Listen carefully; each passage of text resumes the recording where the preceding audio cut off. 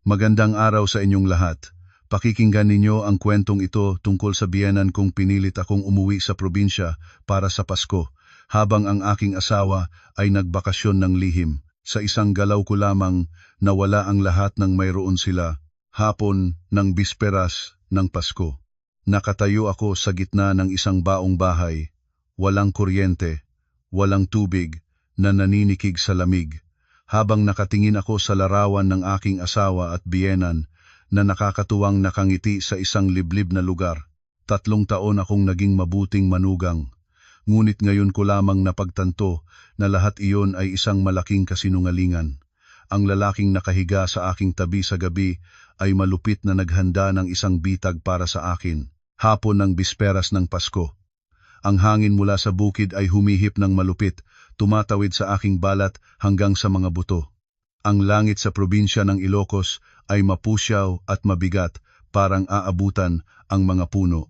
Hinihila ko ang mabigat na maleta sa landas na may magaspang na graba, nagdaraan sa mga bahay na nagliliwanag ng mga parol, namumukod-tangi ang kulay pula at ginto ng mga dekorasyon.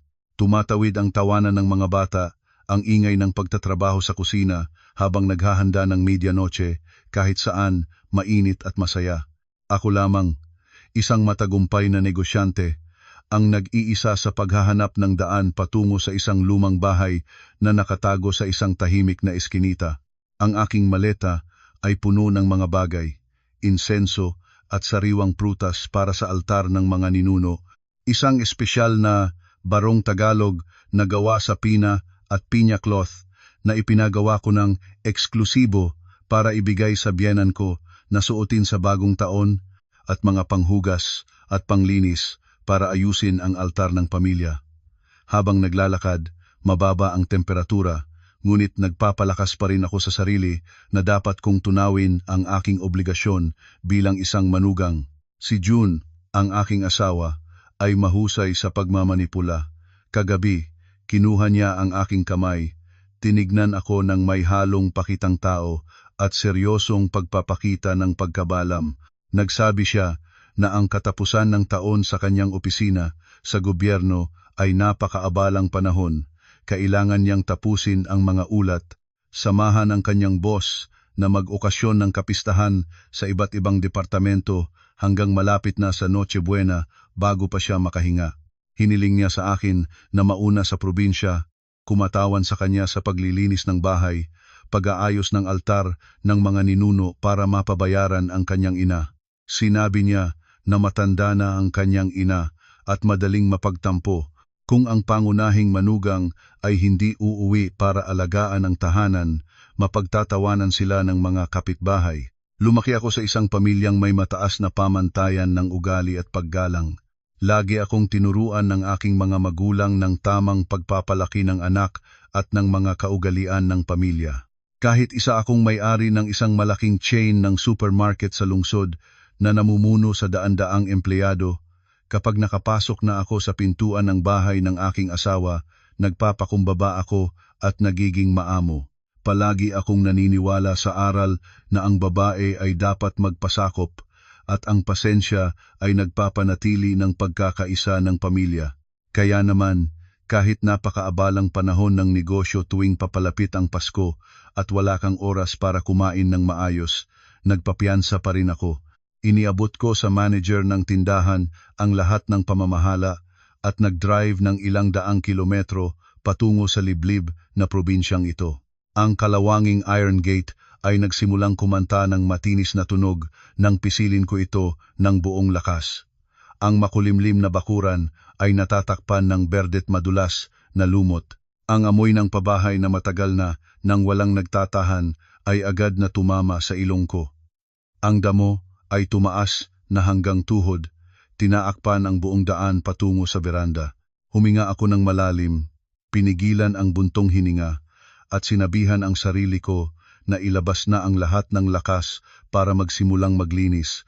Pumasok ako sa madilim na sala, ibinaba ang maleta sa sulok at hinahanap ang light switch. Isang malakas na tunog na click ang narinig, ngunit walang liwanag na lumabas. Sinubukan ko itong i-flip ng maraming beses. Ang fluorescent light sa kisame ay nananatiling patay at malamig. Sa isipan ko, baka naputol lang ang breaker sa labas. Pinuntahan ko ang main electrical box. Normal ang estado ng breaker. Isang masamang pakiramdam ang lumukso sa isip ko. Mabilis akong lumabas sa faucet sa bakuran, kung saan ko gustong hugasan ang aking mga kamay. Pinihit ko ang gripo, isang tuyo at maingay na kalagulag lamang ang sumagot mula sa plastik na tubo. Walang kahit isang patak ng tubig. Natayo ako sa malamig na bakuran, hindi makapaniwala. Ang kuryente at tubig ay pareho na palang pinutol. Ito ay isang ganap na inabandunang bahay sa gitna ng malamig na Pasko. Ang galit ay nagsimulang umalab sa aking dibdib. Kinuha ko ang aking cellphone at tinawagan si June. Ang operator ay malamig na nagsabi, ang inyong tinawagan ay hindi maabot sa ngayon. Tinawagan ko si Nena, ang aking biyenan, at ganoon din ang resulta. Ang walang katapusang tunog ng tawag ay lalo lamang nagpalakas ng lamig sa paligid ko. Walang kuryente, walang tubig. Hindi ako makakapaglinis ng kahit ano. Umupo ako sa abuhang upuan sa sala, itinaas ang kwelyo ng aking makapal na jacket. Gutom na gutom ako, mula ng umaga, isang piraso ng tinapay lamang ang aking nakain. Nagsimula na akong maramdaman ang pamamanhid ng aking mga kamay. Sa dilim at kalungkutan ng sandaling iyon, nagsimula akong magbalik tanaw sa mga kakaibang pangyayari ng mga nakaraang araw. Naalala ko ang hindi karaniwan na kagandahang loob ng aking biyenan nang tawagan niya ako sa lungsod para iutos ang mga bagay na bilhing dalhin. Naalala ko ang pagtakas na tingin ni June sa tuwing binabanggit ko ang schedule ng bakasyon ng pamilya. Ang mga gabing umuwi siyang mabango ng alak na nagdadahilang overtime sa trabaho. Lahat ng ito ay ngayon ay mukhang napakahinala. Si June ay palaging may mataas na pagtingin sa sarili. Isang lalaki na nagmula sa mahirap na probinsya, ngunit laging nagpapakita na siya ay makapangyarihan. Noong una, bulag akong nagtiwala sa kanyang kalmadong hitsura. Maraming beses na nagbabala ang aking mga magulang na ang pagkakaiba namin sa pinag-ugatan ay magdudulot sa akin ng hirap, ngunit pinagtibay ko ang aking pagmamahal. Nang pumunta na ako sa kanyang pamilya, natuklasan ko ang lahat ng kapaitan ng pagkakaibang iyon. Si Nena, ang aking biyenan, ay isang babaeng dala ang lumang kaisipang makapangyarihang kaugalian ng babaeng Pilipino, ngunit napaka-pragmatiko rin. Palagi siyang nagsasabing ang mga patakaran ng pamilya ay hindi matutumbasan, at pinipilit niya akong maglingkod sa asawa at mga bata ng buong tapang. Paulit-ulit niyang sinasabing kahit gaano kahusay ang isang babae sa labas ng tahanan, sa loob ng bahay, dapat siyang mapakumbaba at magpasakop sa kanyang asawa para mapanatili ang kapayapaan ng pamilya. Ngunit sa tuwing may pangangailangan ang pamilya niya sa pera, mula sa pagtatayo ng puntod hanggang sa pagkukumpuni ng kapilya ng pamilya o ang mga tito-tiyuhin na humihiram para sa negosyo, biglang nagbabago ang tono ni Nena at nanghihingi siya ng tulong sa kanyang manugang. Sa loob ng 3 taon, ang pera na inilabas ko para sa pamilya ng aking asawa ay hindi bababa sa 2 milyong piso.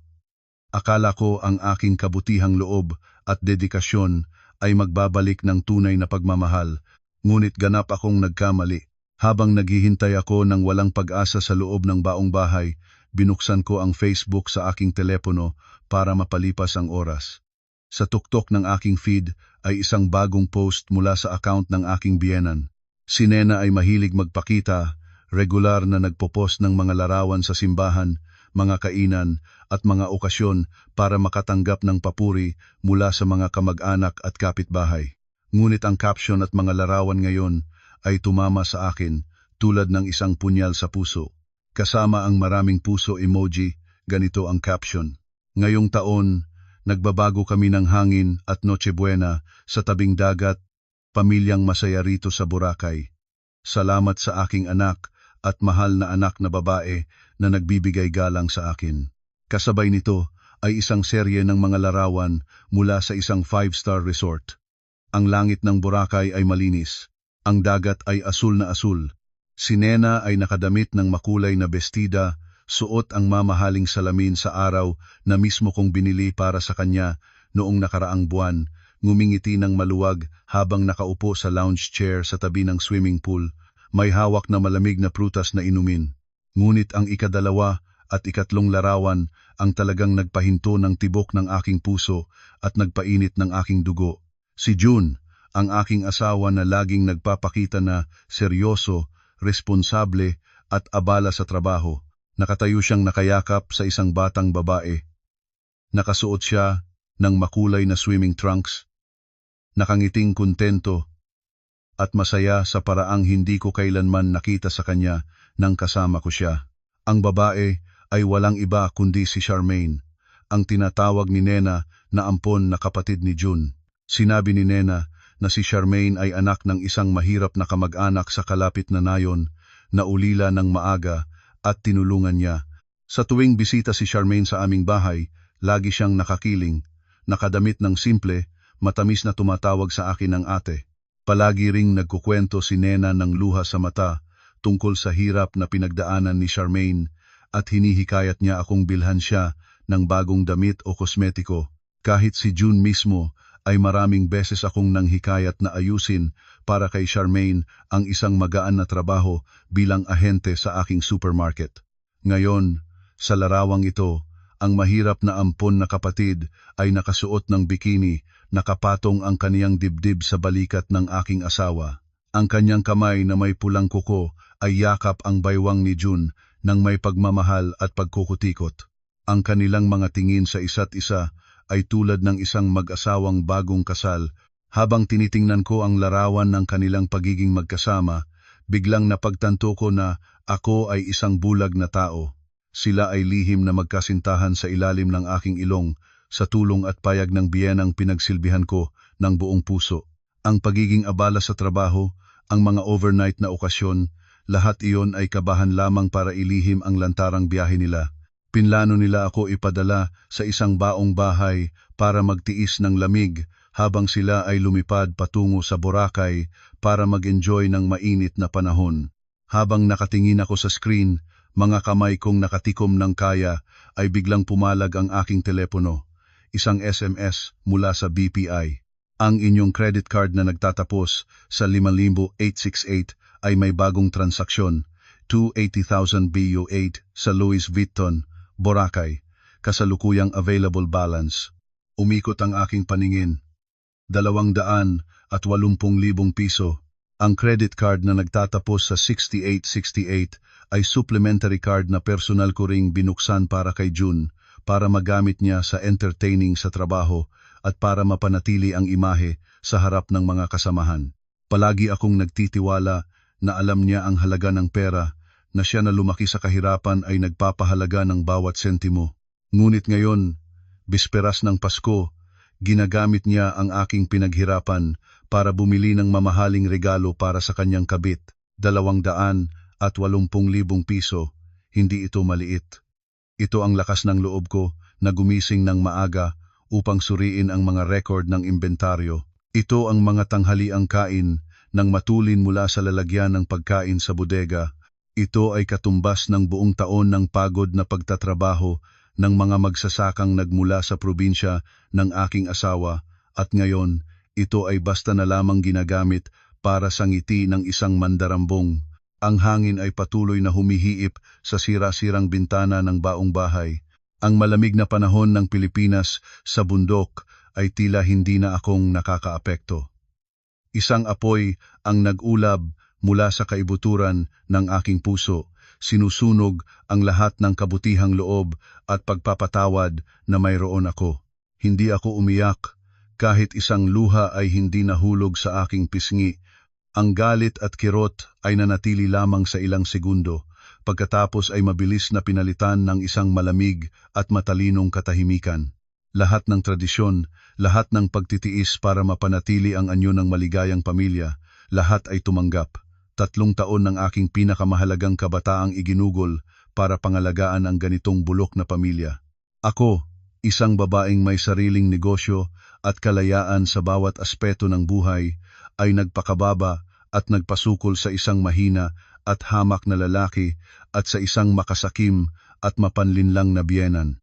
Binibigyan ko sila ng pera, Itinayo ko ang kanilang imahe sa harap ng mga kamag-anak at inangat ko ang mahinang karera ng aking asawa gamit ang mga koneksyon ng aking mga magulang. Bilang kapalit, ino-opsyon nila ako tulad ng isang bulag na pantanggal ng problema, isang makina na gumagawa ng pera at walang dangal. Nakalimutan nila na ang babaeng nakapagtayo ng isang matagumpay na negosyo nang walang tulong ay mayroon ding lakas na durugin ang mga nagtataksil sa kanya. Dahan-dahan akong nagtayo, pinagpag ang alikabok sa aking damit, tiningnan ko ang screen ng telepono kung saan nakita ang malaking halagang nabawas. Isang mapait, ngunit determinadong ngiti ang lumabas sa aking mga labi. Gusto ba ninyong maglaro ng masayang pamilya? Gusto ninyong gumastos ng libre sa Boracay? Ipapakita ko sa inyo ang presyo ng kasakiman at pagtataksil. Huminga ako ng malalim, kinumpos ang aking sarili, at sinabihan ang aking sarili na huwag mag-aksaya ng kahit isang luha para sa mga ganitong tao. Ang pag-iyak at pagseselos ngayon ay kilos ng mahina at walang solusyon. Ako ay isang negosyante, sanay sa pagharap sa mga hamon. Ang pag-aayos sa isang masamang asawa at isang parasitikong pamilya ay tulad ng pagputol ng isang cancer. Kailangan itong gawin ng mabilis, tiyak at walang sentimentalismo. Binuksan ko ang aking contact list at hinanap ang VIP hotline ng aking bangko. Magandang hapon, BPI, VIP Client Services. Paano ko kayo maaasistahan, Ma'am Grace? Sumagot ako ng malamig at tiyak, walang labis na emosyon. Kailangan kong i-block ng emergency ang lahat ng supplementary cards na nakalabas sa ilalim ng aking primary account, lalo na ang credit card na nagtatapos sa 6868. Iniisip kong ninakaw ang card at may mga hindi autorisadong transaksyon sa Boracay. Paki-verify ayon sa pinakamabilis na proseso kasama ang security questions at OTP at tanggihan ang lahat ng transaksyon mula sa sandaling ito. Opo, Ma'am Grace. Natanggap na ng aming sistema ang inyong kahilingan. Matagumpay na na-block ang lahat ng supplementary cards sa inyong account sa buong sistema. Kailangan pa ba ninyong tulungan sa pag-report at pag-investigate ng mga transaksyon? Sa ngayon, hindi pa. Salamat. Ibinaba ko ang telepono. Umangat ang sulok ng aking mga labi sa isang malamig na ngiti. Maaari ko nang isipin si June na buong pagmamalaki na itinapon ang aking itim na credit card sa kasir ng mamahaling tindahan sa Boracay, naghihintay ng maligayang beep ng matagumpay na transaksyon. Ngunit sa halip, ang matatanggap niya ay ang awa-awa na tingin ng cashier at ang pulang declined na mensahe. Umalis sila ng walang pera at ganap na umaasa sa aking card. Mula sa sandaling ito, sila ay naging mga taong walang isang sentimo sa isang mamahaling isla. Ngunit hindi pa ito sapat. Ang credit card ay kasangkapan lamang. Ang nagbibigay kay June ng kayabangan tungkol sa kanyang katayuan ay ang kanyang trabaho sa gobyerno. Palagi siyang nagmamalaki sa mga kamag-anak na siya ay isang mahalagang opisyal na may maliwanag na kinabukasan, pinagkakatiwalaan ng mga pinuno. Ang katotohanan ay kabaligtaran. Ang posisyon na kanyang pinaka-enjoy, buwan-buwan ay tumatanggap ng sahod nang walang anumang pressure sa trabaho, ay lubos na resulta ng pagsasaayos ni Tito Boy. Si Tito Boy ay opisyal na nagsilbi sa parehong unit ng militar ng aking tunay na ama noon, at bilang paggalang sa dati nilang pagkakasamahan, tinulungan niya ang tamad na anak ng kanyang kaibigang mag-asawa. At ngayon, ginagamit ni June ang pangalan ni Tito Boy para takpan ang kanyang lihim na pagbabakasyon. Pinindot ko ang numero ni Tito Boy. 3 ring ang tumaging, pagkatapos ay may sumagot, kasabay ng masayang tinig ng isang pamilyang gumagawa ng kakanin para sa Pasko. Hello, si Tito Boy ito. Ikaw ba yan, Grace? Agad na naging maamo at magalang ang aking tono, ang perpektong imahe ng isang bata na nagtatawag para magmano sa kaarawan. Opo, Tito Boy. Ako po ito, si Grace, anak ni Papa Sonny. Pasko na po. Taong gusto ko lang magbati sa inyo at sa buong pamilya, malusog na Pasko at bagong taon po, maligaya at masagana. Naku Grace, salamat ha. Kamusta na kayo ng asawa mo? Narinig ko noon palagi siyang abala sa opisina tuwing katapusan ng taon. Inayos ko ang aking tono. na nagpapanggap na magulat ng may kahusayan. Tito Boy, akala ko rin may trabaho si June sa opisina, kaya ngayong hapon ko palang nalaman na umalis siya kasama ang nanay ko papunta sa Boracay para mag-vacation sa 5-star resort mula pa ngayong umaga. Sinabihan niya ako na sinasamahan siya sa inyong field visit sa mga departamento sa Visayas hanggang ika-5 Enero. Tumawag ako para tanungin kung nakarating na kayo ng maayos. Hindi ko malaman na nandoon kayo sa bahay pa rin pala, Tito. Sandali lang ang katahimikan sa kabila ng linya pagkatapos ay bumabaw ang hangin. Si Tito Boy ay isang veteranong opisyal. Sa ilang salitang nasabi ko, naiintindihan na niya ang buong sitwasyon. Isang subordinado na nagamit ang pangalan ng kanyang boss para linlangin ang kanyang asawa at nag-absent sa trabaho para mag-enjoy ng marangyang bakasyon. Ang tinig ni Tito Boy ay naging seryoso at mahigpit. Ganun ba, Grace? Naiintindihan ko na. Kumuha siya ng sick leave para sa mga araw na ito. Pero nasa Boracay pala siya. Huwag kang mag-alala. Pagbabalik ng bagong taon, mag-aayos ako ng panibagong tao sa kanyang posisyon. Ipaabot mo ang aking pagbabati sa iyong mga magulang, ha? Opo, Tito Boy. Maraming salamat, paalam po. Natapos ang tawag. Ang trabaho ni June, ang kanyang ipinagmamalaking tasa ng bigas na bakal, ay opisyal na nasira. Ang ikalawang parusa ay ibinagsak na sa ulo ng mapagtataksil na lalaki. Inilagay ko ang telepono sa aking bag at tumayo ng maayos.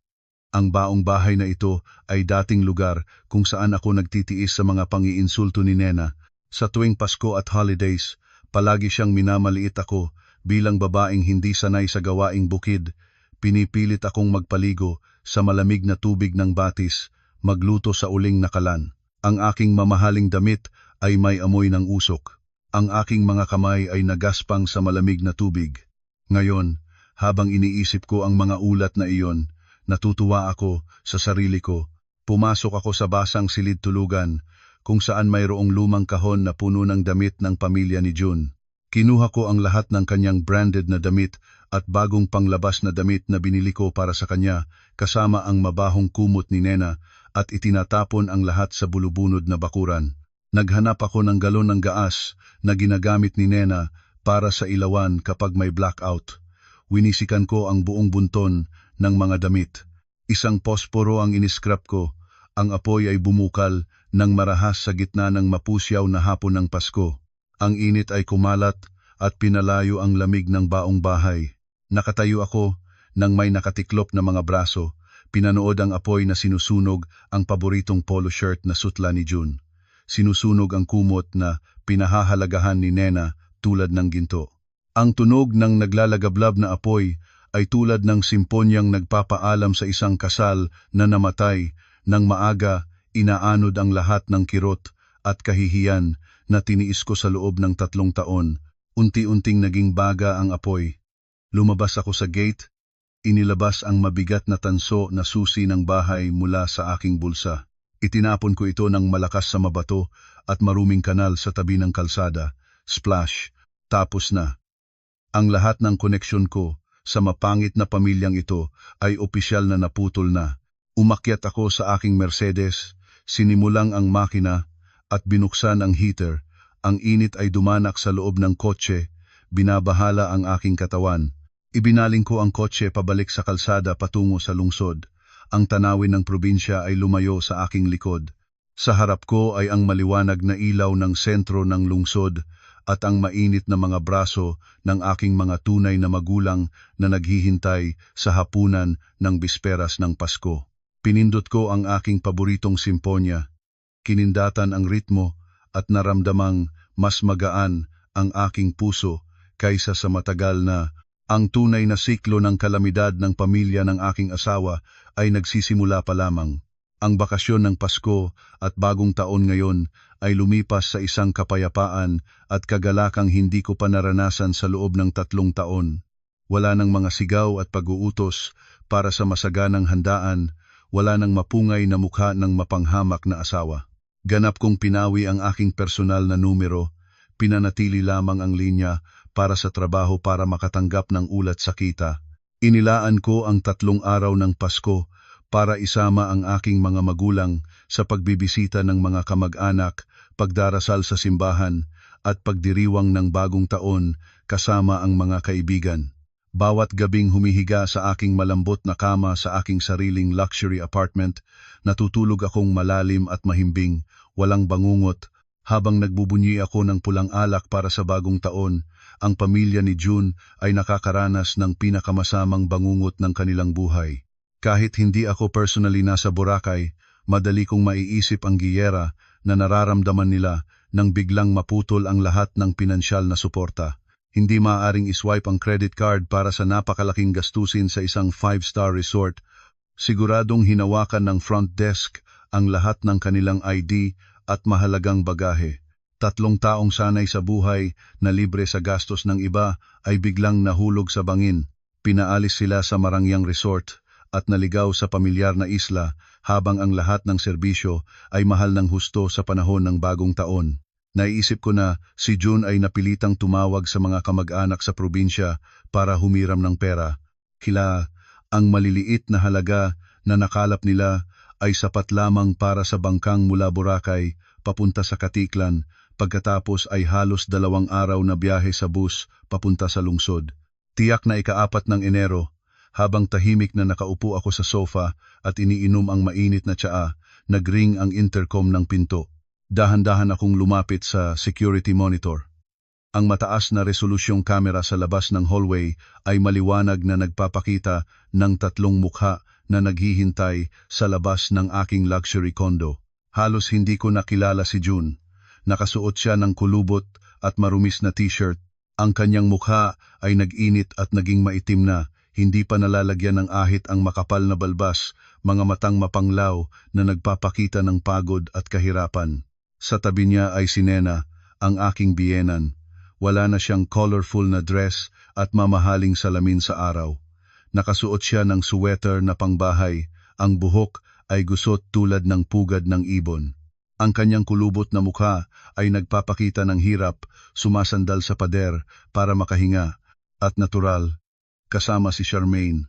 Nakatago siya sa likod ni June, nakasuot ng manipis na jacket at yakap ang murang bag na gumuho na. Wala na ang kanyang nakakaakit na anyo mula sa mga larawan sa Boracay. Ang kanilang mga bagahe ay siguradong kinuha ng resort para sa utang, kaya nagbalik sila na talaga na walang karga. Si June ay patuloy na kumakatok sa makapal na pinto, sumisigaw, "Grace, nandoon ka ba? Buksan mo na ang pinto.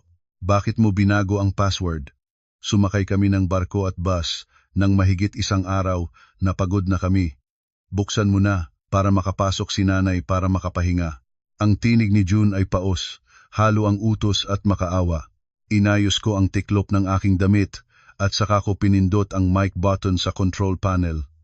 Ang aking tinig ay malamig at tiyak, tumatagos sa hallway speaker. Ito ay ang luxury condo na nakarehistro sa aking pangalan. Ito ay aking personal na ari-arian na nabili ko bago ang kasal. Sa anong kapasidad kayo naghahabol ng pagpasok sa aking bahay? Si Nena, nang marinig ang aking tinig, agad na tumalon patungo sa kamera, nagpapanggap na may autoridad.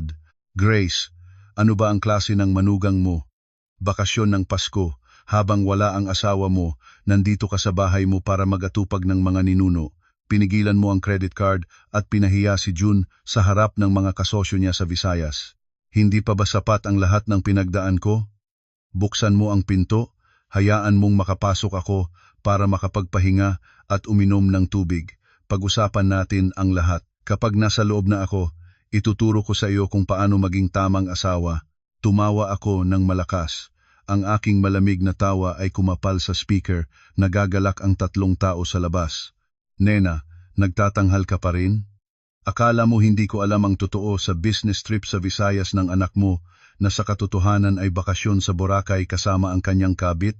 Ginastos ninyo ang aking pera para sa luxury accommodations at branded goods habang iniiwan ninyo ako dito para magtiis ng lamig.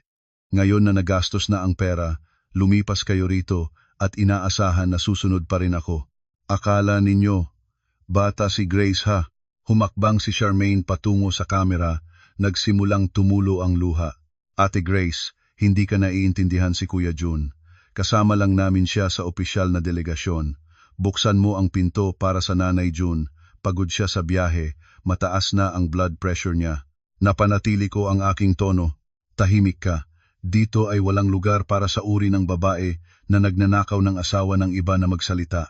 At ikaw, Jun, kung kaya mo, dalhin si nanay mo at ang iyong kabit sa 5-star hotel para magpahinga. Ang pintong ito ay hindi kayo makakadaan, kailanman.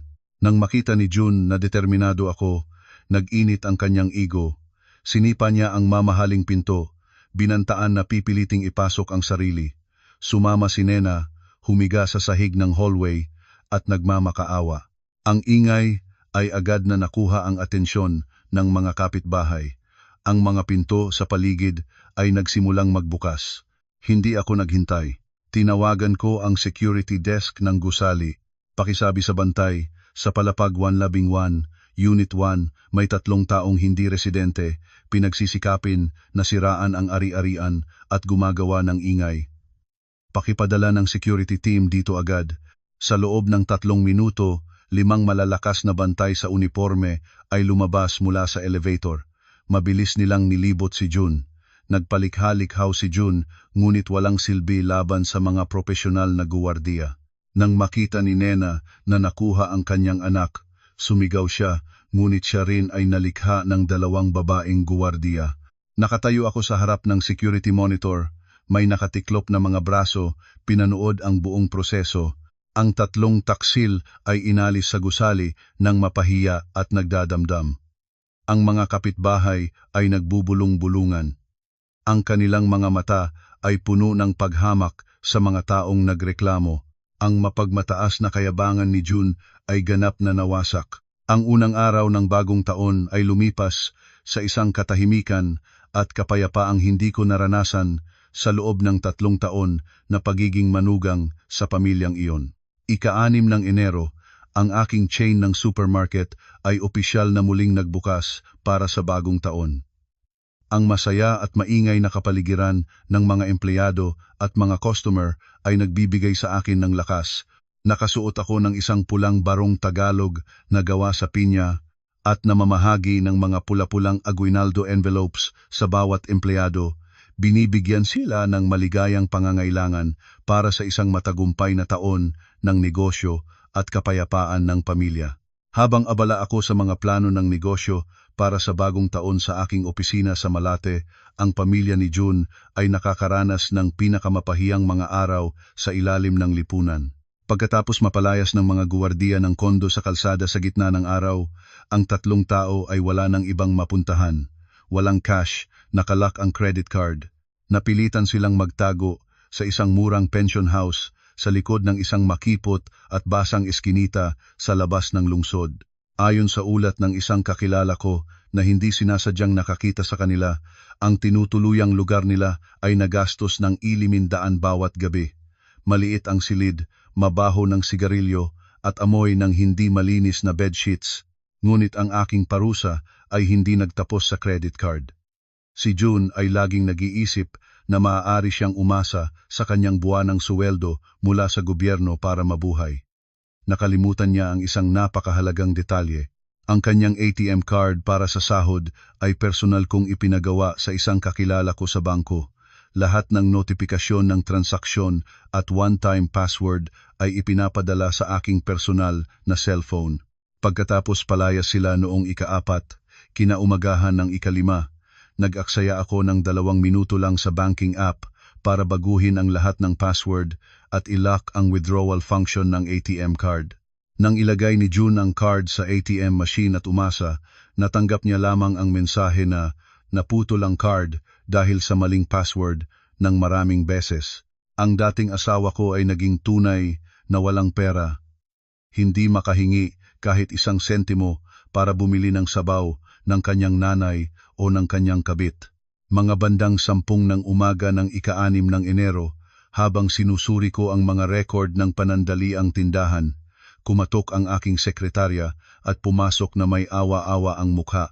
Nagulat siya na may isang batang babaeng nagpakilalang kapatid ng aking asawa ang tumatayo at umiiyak sa cash counter. Hinahanap ang direktor.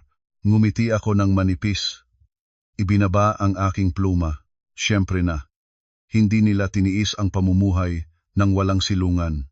Nagpadala na sila ng pinakawalang kahihiyang kinatawan para magdrama. Ginawa ko ang hudyat sa sekretarya para ihatid ang bisita sa aking private office. Bumukas ang pinto. Pumasok si Charmaine na may kahiyahiyang hitsura, ganap na kabaligtaran sa kanyang magandang asal sa mga larawan sa Boracay.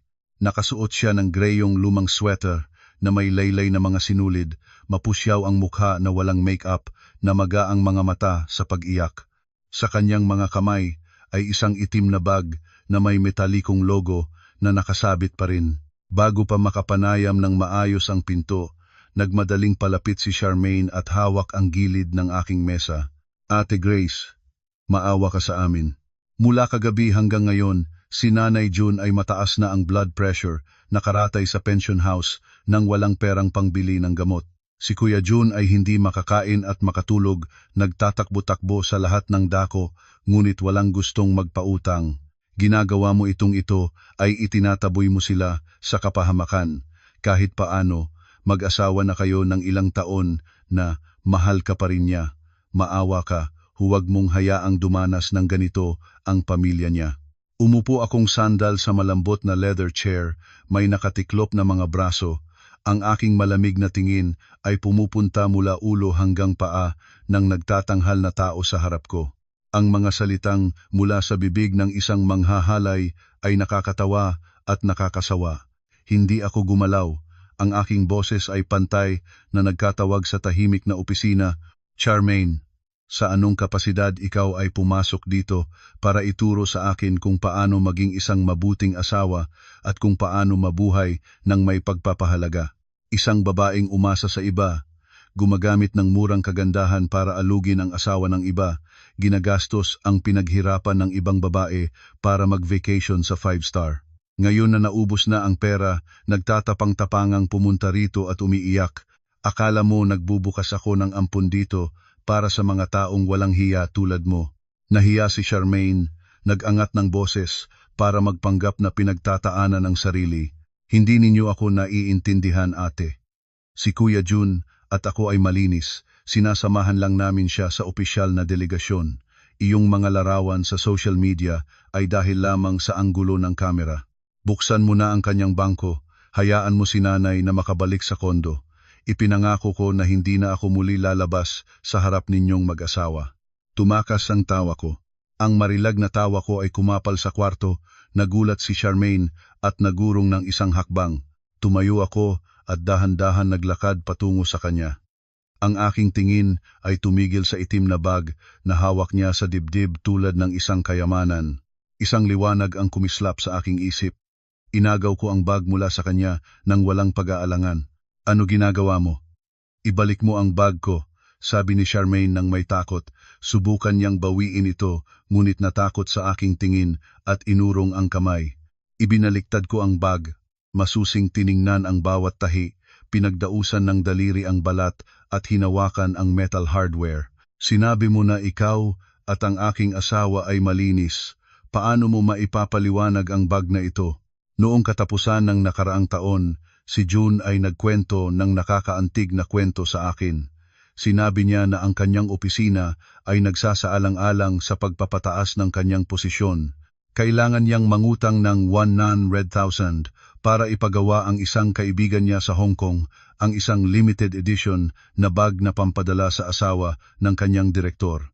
Dahil sa pagtitiwala sa kanya, personal ko siyang nagpadala ng AM100,000. Ngayon ay natuklasan ko na ang bag na iyon ay nasa kamay ng ampon na kapatid, malisyosong ipinapatong sa kanyang dibdib. Nang marinig ito ni Charmaine, namula ang kanyang mukha, pinaghalong kahihiyan at pagmamalaki na natahimik. Tama, binili ito para sa akin ni Kuya June. Sinabi niyang babae akong mabuti, karapat-dapat sa mga bagay na nagkakahalaga ng daan-daang libo. Itinatapon ko ang bag ng malakas sa mesa. Isang tuyot maingay na tunog ang lumabas. Talagang kahawa-hawa ka. Akala mo ang tipisong lalaki na galing sa mahirap na probinsya na iyon ay gagastos ng 100,000 para sa tunay na bupag para sa iyo.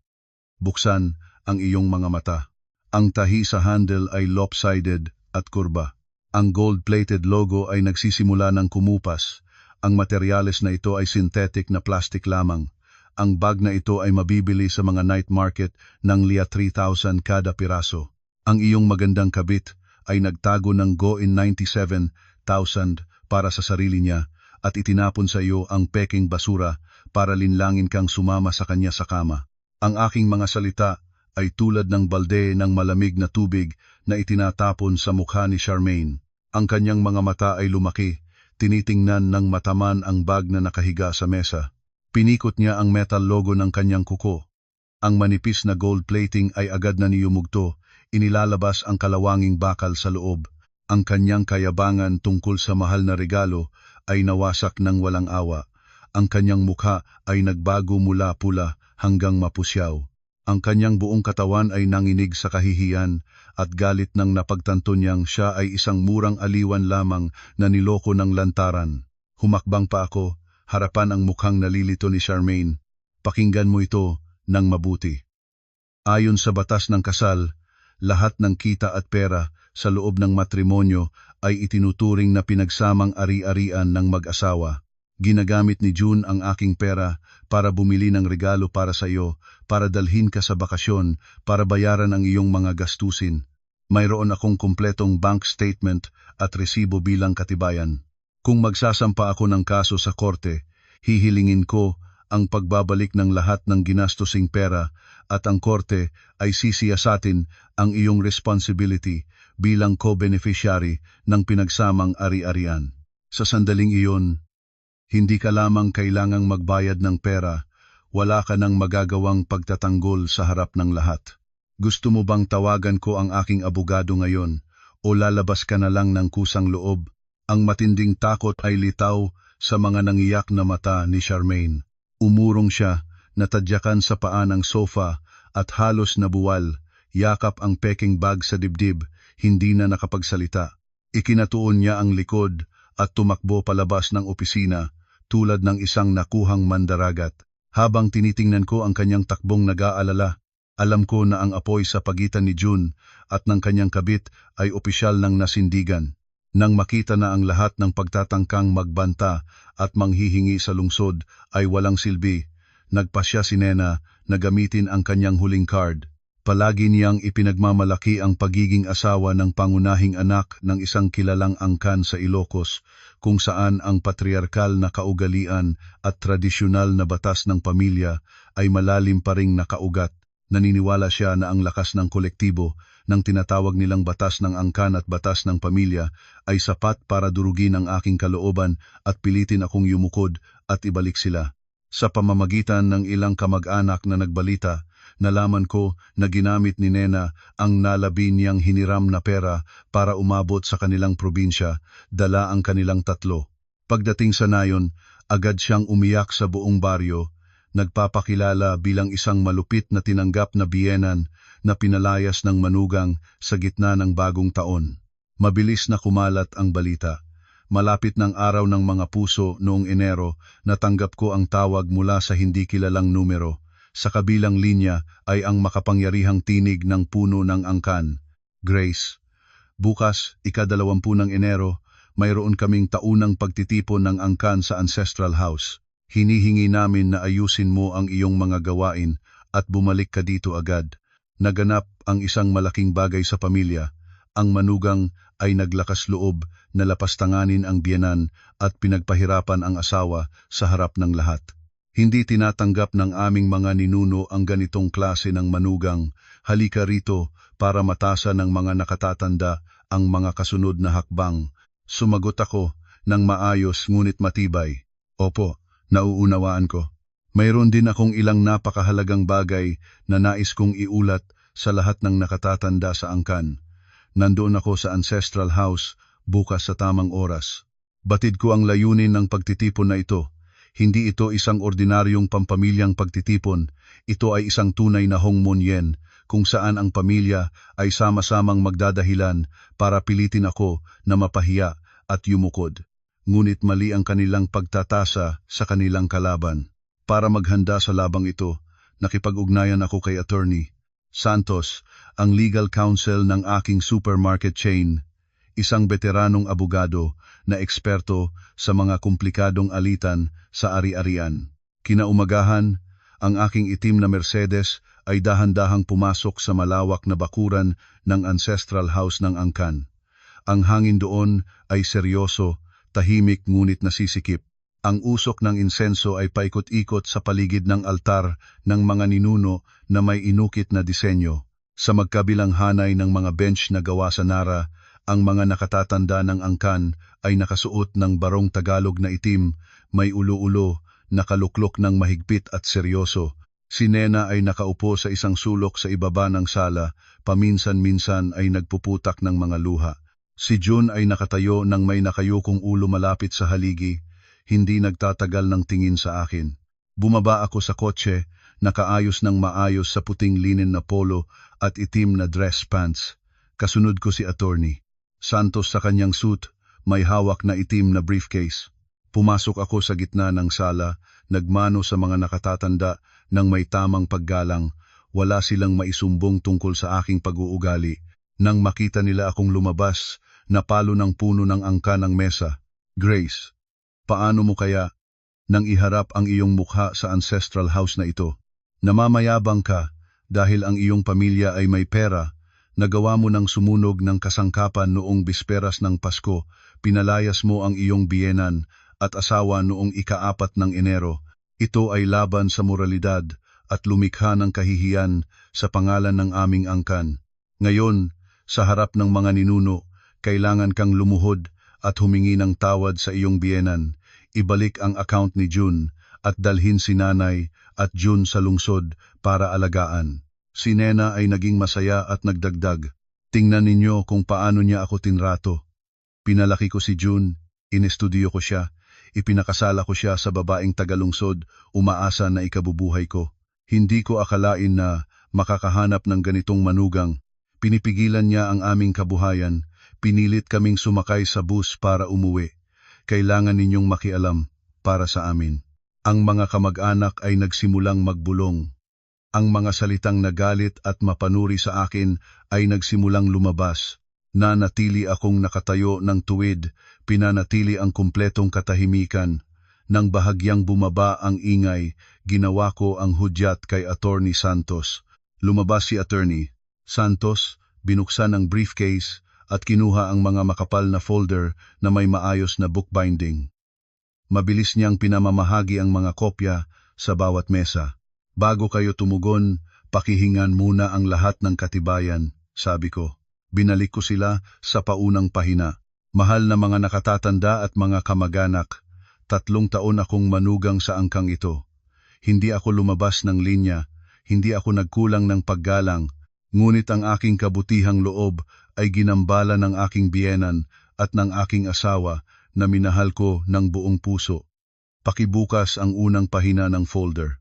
Ito ay mga larawan ni June na yakap-yakap si Charmaine, ang tinatawag na ampon na kapatid ni Nanay, sa isang 5-star resort sa Boracay, tiyak na bisperas ng Pasko, habang iniluluto ako pabalik sa probinsya para magtiis ng lamig at maglinis ng bahay. Tinuturuan ba ng aming mga ninuno ang mga inapo ng panloloko, pagtataksil at pagnanakaw ng pera ng asawa para alagaan ang kabit? Biglang naging tahimik ang sala. Ilang boses na umubo ang maririnig. Ang puno ng angkan ay inayos ang kanyang salamin, pinagmasdan ang malinaw na larawan sa folder, ang kanyang mukha ay unti-unting naging masama ang dating. Ang paa ni June ay nanginig. Si Nena ay nabingi, hindi na nangahas pang umiyak.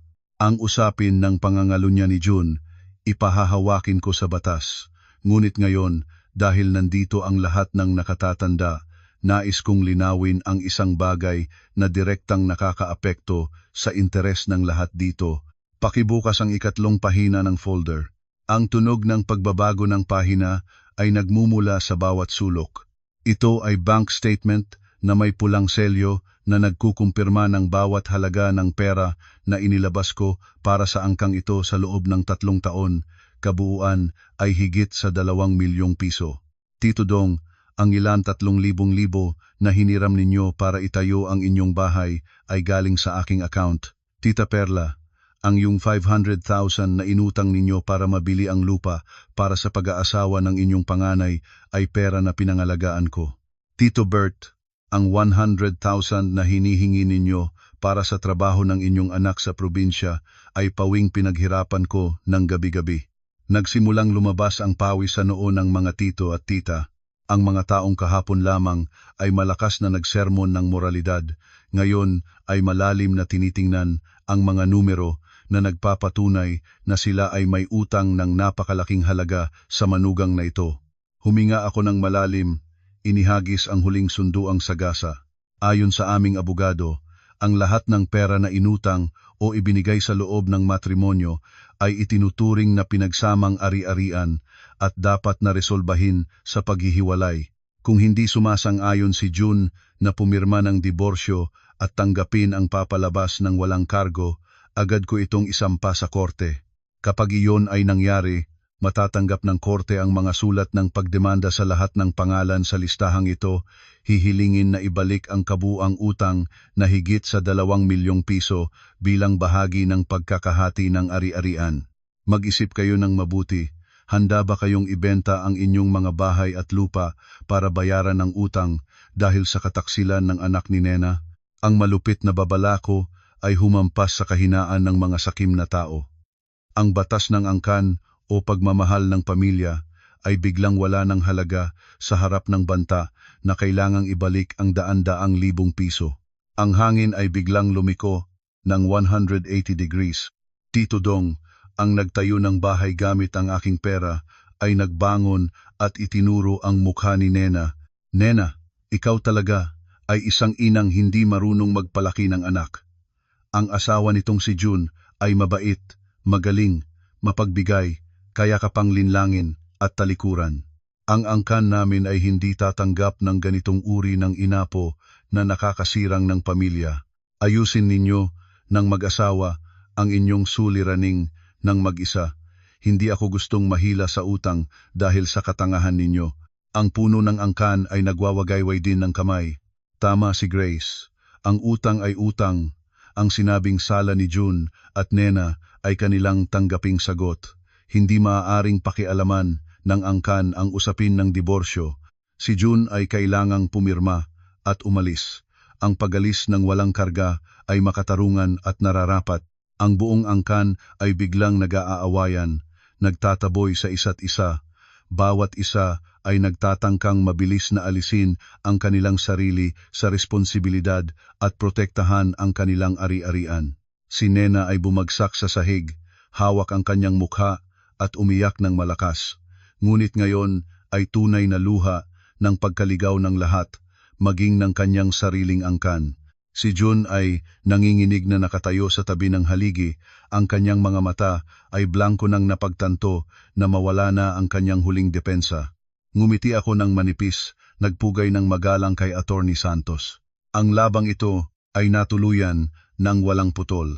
Lumabas ako sa makapal na pintuan ng ancestral house, iniwan sa likod ang kaguluhang nagawa ng mga taong nagpapanggap, ngunit sa katotohanan ay puro interes lamang. Ang langit ng maaga pang tagsibol ay malinis, ang mainit na araw ay nagsisinag, tinatanggap ang malaya at masayang babae habang pasulong ang lakad niya. Pagbabalik mula sa matinding pagharap sa ancestral house, naramdaman ko ang malaking pagpapagaan sa aking puso. Ang tagsibol ay nagdadala ng manipis na ulan sa salamin ng kotse. Nagpipindot ako ng mga daliri sa manibela, tinatamasa ang simponyang tumataginting, nag-iisip sa mga darating na araw na puno ng kalayaan at kapayapaan. Ang buong angkan ay tumalikod na sa mag-inang June at Nena dahil sa takot sa malaking utang na ibinahagi ko. Kahit ang mga tito at tiyuhin na dati ay laging nagsermon ng kaugalian, ay napilitang tumahimik sa harap ng bank statement na may pulang selyo. Ngunit si June, ang hamak na asawa ko, ay hindi pa rin natitinag. Sa balita ng ilang kakilala, alam ko na si June ay patuloy na nag-ilusyon sa kanyang posisyon sa trabaho. Lagi niyang iniisip na ang alitan sa pamilya ay pansamantala lamang at ang kanyang trabaho sa gobyerno ang kanyang permanenteng proteksyon. Nakalimutan niya ang isang napakahalgang bagay. Ang desisyon na tanggapin siya sa trabaho ay dahil lamang sa isang pabor ni Tito Boy sa aking ama. Isang lalaking may ordinaryong diploma at mahinang kakayahan, mahilig magtamad at umasa, kung hindi ang pamilya ng asawa ang nagtulak, kahit trabaho bilang guwardiya sa pintuan ng opisina ay mahirap maabot. Ika-8 ng Enero, nang muling bumukas ang opisina ng gobyerno, ayon sa detalyadong kwento ni Kuya Ronnie, isang kabataang empleyado sa opisina na dati kong tinulungan, maaari ko nang isipin ang lumalang eksena ng umaga na iyon. Nagsikap si June na magbihis ng pinakamayos niyang damit, ang huling presentable na damit sa kanyang lumang maleta para pumasok. Pumasok siya sa pintuan ng opisina nang may huwad na kumpiyansa, nagbabati-bati sa lahat na para walang nangyari. Plano niyang gamitin ang kanyang posisyon bilang Assistant Division Chief para magpatuloy ng pang-aakit, mangolekta ng mga aguinaldo mula sa mga nasasakupan. Ngunit nang pumasok siya sa maluwag na opisina, natuklasan niya ang isang kakaibang tanawin, ang kanyang mesa sa maayos na sulok malapit sa bintana kung saan lagi niyang iniinom ang tsaa at nagbabrowse sa internet tuwing umaga ay inalis na. Ang kanyang palaging minamahal na cactus ay wala na. Sa halip, isang bagong espesyalista ang masikap na nag-aayos ng mga dokumento sa mesa. Humuno si June, pumula ang mukha. Nag-ubo siya para ipakita ang kanyang autoridad. Ano ginagawa mo sa aking mesa? Sino ang nagbigay ng pahintulot sa iyo na ilipat ang mga gamit ng Assistant Division Chief? Ang bagong espesyalista ay dahan-dahang nagtayo, walang katiting na takot o paggalang. Kumuha siya sa drawer ng isang papel na may pirma at pulang selyo ng Provincial Director. Good morning, Sir June. Sumusunod lamang ako sa itinalagang gawain ng management. Inutusan ako ng Division Chief na hawakan ang mesang ito simula ngayong umaga. Ang inyong bagong workspace ay inayos na ng support unit sa dulo ng hallway sa ground floor. Nang marinig ang dulo ng hallway sa ground floor, namutla si June. Ang lugar na iyon ay hindi lugar ng trabaho para sa mga opisyal. Ito ay isang mahalumigmig na lugar, kulang sa liwanag, katabi ng pampublikong banyo at puno ng mga kasangkapan ng janitorial staff. Tinapon ni June ang kanyang dignidad, tumakbo pababa ng hagdan, itinutulak ang nakalumang pintuan sa dulo ng hallway. Isang matapang na amoy ng panghugas ang agad na sumalubong sa kanya, halos nagpatayo sa kanyang tiyan. Sa makipot na silid na ilang metro lamang ang sukat, ang kanyang mga kagamitan ay nagasabo sa isang kalawanging bakal na mesa. Sa paligid ay mga walis at basahan na hindi pa nahuhugasan, mga plastic timba na puno ng maruming tubig at mga kahon na puno ng mga dekalidad na toilet supplies. Ang kanyang upuang rotating ay wala na. Sa halip ay isang lumang plastic na upuan. Ang dating marangyang posisyon bilang Assistant Division Chief ay isinulak sa isang kwartong katulad ng basurahan. Sumiklab ang galit ni June. Agad siyang tumaas sa opisina ng Division Chief at nagtapon ng mga kamao sa mesa. Chief, ipaliwanag ninyo sa akin ito. Ako ay isang may plantilya, opisyal na hinirang ng Provincial Director. Paano ninyo kaya ko ilagay sa kwarto ng janitor? Hinahamak ba kayo ng kautusan ng opisina? Hinahamak ba kayo ako? Ang Division Chief ay isang matandang lalaking mahigpit, matagal nang naiirita sa tamadang asal at kayabangan ni June. Itinapon niya ang kanyang salamin sa mesa, magkasaling mga kamay, tumingin ng direkta sa mukha ng sumisigaw na may titig na puno ng paghamak. June, mag-ingat ka sa pagsasalita. Huwag mong gamitin ang iyong papel na titulo para takutin ako. Tanungin mo ang sarili mo. Sa 3 taon, ano ba ang nagawa mo para sa opisinang ito?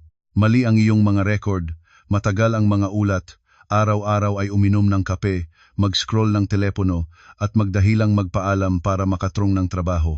Akala mo hindi ko alam na ginagamit mo ang pangalan ni Tito Boy para itaguan ang iyong kahinaan. Nagtibay si June ngunit nagpatuloy sa pagtatanggol. Sinisiraan mo ako. Nagsisikap ako.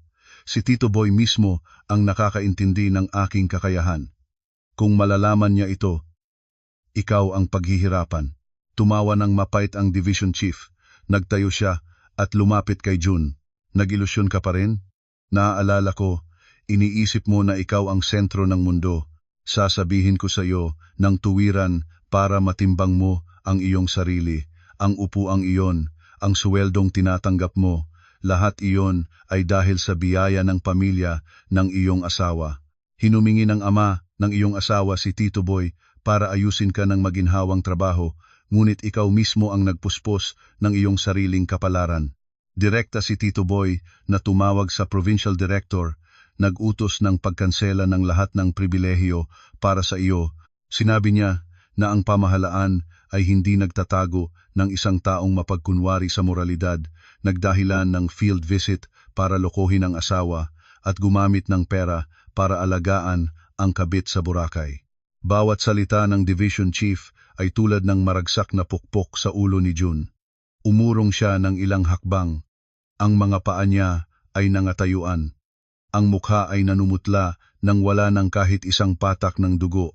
Ang sekretong karumihan na pinagtiyagaan niyang itago ay nalantad na sa harap ng kanyang superior. Ang pader na pinanghahawakan niya, si Tito Boy, ay opisyal na gumuho. Nagdagdag ang division chief ng huling saksak. Nauunawaan mo na ba ang iyong kalagayan? Simula ngayon, maaalis ang lahat ng iyong posisyonal na allowances. Ang iyong pang-araw-araw na gawain ay ang pamamahagi ng office supplies at pag-inventoryo ng cleaning materials. Kung hindi ka nasisiyahan sa ganitong pagtatalaga, malaya kang magsulat ng liham ng pagbibitiw. Hindi kami nagtatago ng isang taong pare-parehong walang kakayahan at suwail sa moralidad. Lumabas si June sa opisina ng division chief, ang huling pag-angkla ay nasira. Sa paligid niya, ang mga tingin ng mga katrabaho ay puno ng pag-aalo.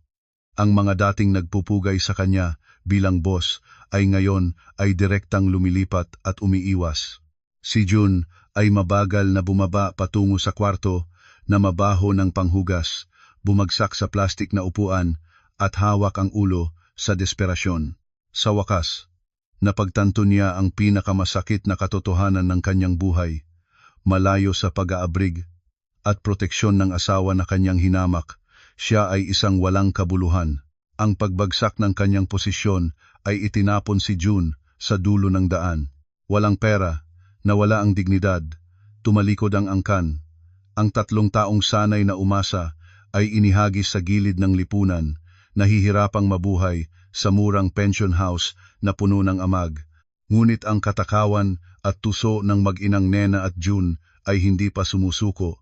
Nang makita nilang hindi nila magagamit ang batas o ang hukom para pilitin akong magluhod, nagpasya si Nena na gumawa ng huling palabas na tinatawag nila na Ho-Nyuk-ke, ang estratehiya ng pagpapahirap ng sarili. Isang hapon ng katapusan ng linggo, tumawag si Dr. Rivera, ang head ng internal medicine sa City Hospital at dating classmate ko sa high school, para magbalita ng emergency. Si Nena ay dinala ng kanyang anak sa hospital via taxi, ang mga kamay at paa niya ay nakakrog, ang bibig ay nakabaling, hindi makapagsalita ng maayos. Si June ay nagpapaliwanag sa mga doktor na ang kanyang ina ay nagkaroon ng stroke dahil sa labis na mental na stress.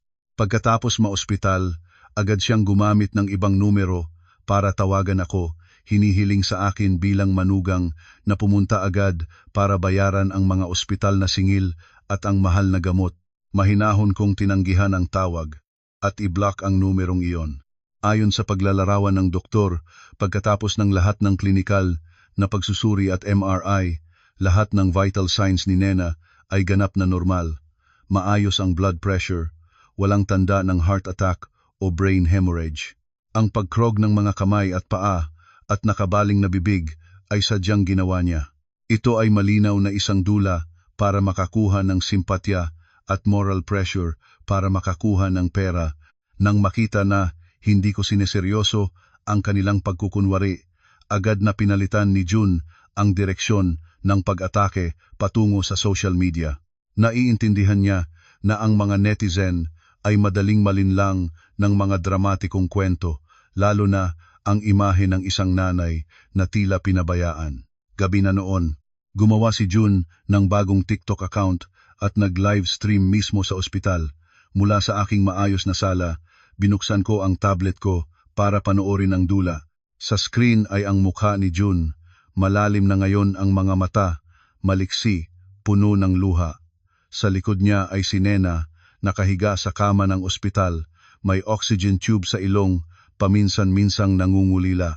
Inakusahan niya ako ng pagiging malamig na babae, sinabi niyang pinagsamantalahan ko ang pamilya niya dahil sa pera. Pinalalabas niya na inimbento ko ang pangangalo niya para manakaw ng ari-arian at malupit na pinalaya si Nena sa bahay, sa gitna ng malamig na gabi, na sanhi ng kanyang atake. Naglabas pa siya ng isang maingat na edit na video, si Nena na nakaupo sa lupa at umiiyak, pagkatapos ay ang aking kotse na nagtatakbo palayo ng walang habag. Lahat ng detalye, ang pinagmulan ng kotse, ang katotohanan na nilinlang ako pauwi sa probinsya, ang kanyang paggamit ng credit card ay itinago. Ang epekto ng social media ay nakakatakot. Sa ilalim ng kanilang eksterong pagtatanghal, libu-libong negatibong komento ang nagsimulang lumabas ng puno. Ang mga netizen, nang hindi na-verify ang totoo, ay nagsabunutan ng pagpula sa akin. Tinatawag nilang masamang manugang, isinumpa ang aking negosyo, tinawag akong babaeng mapanganib na dapat na boykot. Sa isang gabi, naabot na ng video ang milyon-milyong views. Nagagalak si June, kinukuha ng kumpiyansa na ang pressure ng mga netizen na ito ay pipilitin akong lumuhod at magbayad para sa kapayapaan. Ngunit maling pinili niya ang kalaban niya. Hindi ako isang batang babae na natatakot sa mga anonimong pang-iinsulto sa internet. Lahat ng kanyang marumi ay nasa aking pag-aalalay na. Para mapawi ang apoy ng opinyon ng publiko, hindi pwedeng gumamit ng ordinaryong tubig, kailangan ang isang katotohanan na mas nakakasakit at mas malinaw. Kinaumagahan, may USB akong bitbit, personal na nagtayo sa studio ng lokal na istasyon ng telebisyon. Doon ay natuklasan ko si Kuya Ben, isang veteranong editor ng newscast at malapit na kasosyo ng aking supermarket chain. Ibinigay ko ang USB, maikling inilarawan ang sitwasyon at humingi na gumawa ng espesyal na feature ang channel tungkol sa pang-aabuso ng social media para makakuha ng sympathy donations. Ang ebidensya ko ay sapat para maging isang malinaw at nakakaengganyo na investigative report. Ang gabi na newscast ay agad na nakakuha ng atensyon ng buong lungsod sa matining na boses ng newscaster. Ngayon ay bababala tayo tungkol sa mga peking charity appeal sa TikTok. Ang screen ay lumipat sa malinaw na video mula sa security camera ng ospital. Ang timestamp ay 2 ng madaling araw nang wala ng doktor o nurse na nagpatrolya. Si Nena, ang pasyenteng sinasabing nakaratay at hindi makakilos, ay biglang bumangon mula sa kama ng mabilis at maliksi. Inalis niya ang oxygen tube at itinapon sa isang tabi. Pagkatapos ay nagpasok ng kamay sa isang plastic bag na nakatago sa ilalim ng kama. Lumabas ang isang malaking inihaw na manok. Tahimik siyang umupo sa kama at kinain ng masarap ang manok habang nakikipag-usap ng masaya sa kanyang anak na may hawak na telepono sa tabi niya. Ang video ay lantarang nagsasabi ng buong katotohanan ng kanilang pagmamanipula. Ngunit iyon ay hindi pa ang pinaka-deadly na saksak. Ipinakita ng reporter ang isang larawan na may cover para sa personal na impormasyon, ngunit malinaw ang account number at detalye ng transaksyon. Isang pulang araw ang nakaturo sa isang transaksyon na naganap ng eksaktong hapon na nag-livestream si June na walang pera para sa gamot. 18,000 mula sa account ni June, ipadala kay Charmaine. Ang mensahe, para sa regalo mo sa Valentine's Day, mahal ko. Lahat ay nalantad sa liwanag ng katotohanan. Ang mga opinyon ng publiko ay biglang bumalik ng 180 degrees. Ang mga taong kahapon ay nagdidrama ng luha para protektahan si June ay nadama na niloko sila ng lantaran. Ang galit ng mga linlang ay mas matindi kaysa anumang bagay. Libo-libong mga post ang lumabas na nagbubunyag kay June. Sinakop ng mga netizen ang kanyang personal na page, nag-iwan ng 10,000 komento ng pang-iinsulto. Tinatawag siyang dumi ng lipunan, isang taong nagpapakain ng kanyang ina bilang instrumento para makalimok ng simpatya ng mga tao, lahat para pondohan ang kanyang kabit. Ang TikTok account ni June ay na-report ng paulit-ulit at permanenteng naban sa loob ng gabi. Ang management ng ospital, pagkatapos manood ng newscast, ay galit na galit sa pagsisira ng kanilang reputasyon. Kinaumagahan, ang security ng ospital ay nag-utos na palayasin si Nena sa kanyang kama at tanggapin ang dalawa palabas, kasama ang reklamo ng pagpapanggap na may sakit at pag-ukupa ng medikal na mapagkukunan ng iligal. Sa harap ng bagyo ng galit ng publiko at ng tamang parusa ng lipunan, si June at si Nena ay ganap na nawalan ng kanilang lugar.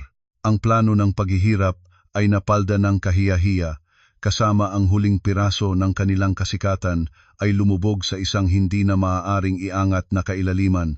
Pagkatapos palabasin sa ospital, dahil sa kanilang katawa-tawang paggagawa-garib na nalantad sa telebisyon, ang pamilya ni June ay ganap na naging walang pag-asa. Si Nena ay wala ng lakas para lumaban. Lumulusot siya kasama ng anak patungo sa pension house, humihinga ng maikli, inaaklat ang sarili at minamaliit ang kanyang kapalaran. Sa takot at desperasyon, pinakawalan ni June ang kanyang huling pag-asa, si Charmaine. Lagi niyang pinaniniwalaan na si Charmaine ay nagmamahal sa kanya ng tunay dahil sa pagkamangha sa kanyang kakayahan at proteksyon. Naisip niya na si Charmaine ay magbubukas ng kanyang mga bisig para alagaan ang mag-ina sa panahon ng kahirapan. Ngunit ang nanlilinlang ay hindi napagtanto na siya mismo ay isang matabang biktima sa mata ng ikatlong partido. Habang nag-iisip si June ng munting bahay at 2 puso sa aking opisina, si Attorney Santos at ako ay nagtatrabaho sa huling hakbang ng pagsusuri ng pananalapi bago ang legal na hiling ng diborsiyo. Sa pamamagitan ng maingat na pagsusuri ng lahat ng transaksyon ng bangko sa nakaraang 3 taon, natuklasan ng aming abogado ang isang napakalaking butas sa pinansyal. Noong kalagitnaan ng nakaraang taon, isang malaking halaga, AM7 libong-libong, ay inilabas sa aming joint savings account sa maraming pagkakataon. Sa panahon na iyon, sinabi sa akin ni June na kailangan niya ng puhunan para makiisa sa isang kaibigan sa pagbubukas ng isang hardware supply dealership. Dahil sa pagtitiwala sa kanya, hindi ko tinignan ang mga dokumento at record. Ang katotohanan ngayon ay malinaw na sa papel. Ang 11 libong ay hindi namuhunan sa kahit anong hardware dealership. Ang pera ay direktang inilipat sa account ng isang real estate brokerage firm. Ang kontratang nagtukoy sa may-ari ng isang condominium unit sa Pasig ay si Charmaine. Ang hamak na asawa ko ay naglakas loob na gamitin ang aking pinaghirapan para bilhin ang isang bahay para sa kanyang kabit. Nagpalo ako ng daliri sa glass table. Ang sulok ng aking mga labi ay nagtaas ng malamig na ngiti. Ang Diyos ay matuwid. Ang pag-iingat ng langit ay malawak at mahirap lusutan. Inutusan ko si Attorney Santos na agad na gumawa ng urgent na liham na ipapadala sa address ni Charmaine. Ang nilalaman ay naglalarawan ng katibayan tungkol sa pinagmulan ng ilibian libong-libong bilang aking legal na ari-arian. Ang kusang loob na paglilipat ni June ng pinagsamang ari-arian sa iba ay isang seryosong paglabag sa batas. Binibigyan ko si Charmaine ng 24 na oras para ibalik ang pera o kusang loob na ilipat ang condo unit pabalik sa akin. Kung hindi, susasampa ako ng kasong pandaraya at hihiling na i-freeze ng korte ang ari-arian. Bandang hapon ng araw na iyon, ayon sa ulat ng isang pribadong investigador na aking inupahan para bantayan ang mga kalaban, isang napaka-entertaining na eksena ang nangyari sa kondo ni Charmaine. Si June ay sumakay ng rideshare patungo sa tirahan ng kanyang kabit. Nakasuot siya ng kulubot na damit, mapusyaw ang mukha, hindi pa nasalaan ang balbas, tulad ng isang palaboy. Pagdating sa pinto, patuloy niyang kinakatok habang tinatawag ang pangalan ni Charmaine ng may maawa-awa at kahabag-habag na tono. Bumukas ang pinto. Si Charmaine ay nakatayo roon, may mabigat na makeup at suot ang isang mahigpit na dress. Ngunit ang kanyang mukha ay walang kahit kaunting habag o kagalakan nang makita ang kanyang dating kasintahan. Sa paligid ng sala, 2 malaking maleta na puno ng damit at mamahaling gamit ang nakahanda.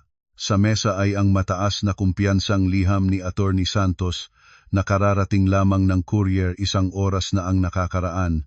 Hindi napagtanto ni June ang pagkakaiba sa hitsura ni Charmaine. Nagmadali siyang pumasok. Subukang yakapin ang kanyang kabit para mahanap ng kaginhawahan. Charmaine, nasa bahay ka. Salamat sa Diyos. Wala na akong pag-asa. Sinunggabang lahat ni Grace. Pinalayas kami. Isinumbong ako sa trabaho. Piniral ang social media ko. Pati si nanay ay dinala na sa ospital. Mayroon ka bang cash? Kahit ilan lang. Para makatulong kami sa ngayon.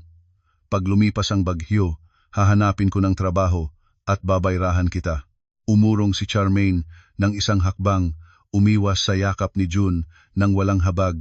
Nakatiklop ang mga kamay sa dibdib, ang kanyang tingin ay nagpunta mula ulo hanggang paa sa tao na dati niyang minahal, ngayon ay namumukhang walang silbi. Ang dati niyang matamis at magiliw na boses ay nawala, pinalitan ng maasim at nakakatama na mga salita na nagbunyag ng kanyang tunay na pagkatao. June, huwag mo akong hawakan. Akala mo bangko ako o libreng ospital? Basahin mo muna ang papel na iyon sa mesa. Ipinadala ng abogado ng asawa mo ang liham kanina. Sinasabi nilang ang pera para sa kondo ay ari-arian ng asawa mo at ikaw daw ay nagnakaw at ibinibigay sa akin. Niloko mo ako. Sinabi mo na ang perang pinambili ng bahay ay galing sa iyong project bonus. Palagaling sa asawa mo pala. Ngayon ginawa mo akong kasabwat at nagtatapong-tapang ka pang pumasok dito para humiram ng pera. Nanghina si June, natigilan sa kinatatayuan. Tiningnan niya ang liham na may selyo ng law firm, pagkatapos ay ang mga maleta na nakahanda. Isang malamig na hangin ang dumaan sa gulugod ng hamak na lalaki. Nagsimula siyang makita ang masamang katotohanan, ngunit nagpatuloy pa rin sa pagtatangkang pigilan ang nangyayari. Charmaine, kalmahan mo lang. Ang kondo ay nakarehistro sa iyong pangalan, protektado ka ng batas, hindi madaling mabawi ni Grace. Ginawa ko ang lahat dahil mahal kita, gusto kitang bigyan ng ayos na tirahan, sama-sama tayong harapin ang hamon na ito. Ibenta mo ang kondo, gamitin ang perang iyon, tumakas tayo sa ibang lugar at magsimulang muli. Napagtatawanan ni Charmaine ang lahat. Ang kanyang malamig na tawa ay kumapal sa maliit na sala, sinasabog ang puso ng isang taong nagsosolo sa pag-ibig. Lumapit siya, itinuro ang pulang kuko ng direkta sa mukha ni June at nagpalayas ng pinakamapang insulto na mga salita. Magbaba ng antas ng ilusyon mo, June. Nakisamahan ako sa iyo dahil akala ko ikaw ay isang makapangyarihang assistant division chief, may pera, kaya kang alagaan ako ng maayos. Pala ikaw ay isang walang kakayahang lalaki na nakasalalay sa bahay ng asawa. Ang iyong posisyon, pinagpigilan ito ng biyenan mo.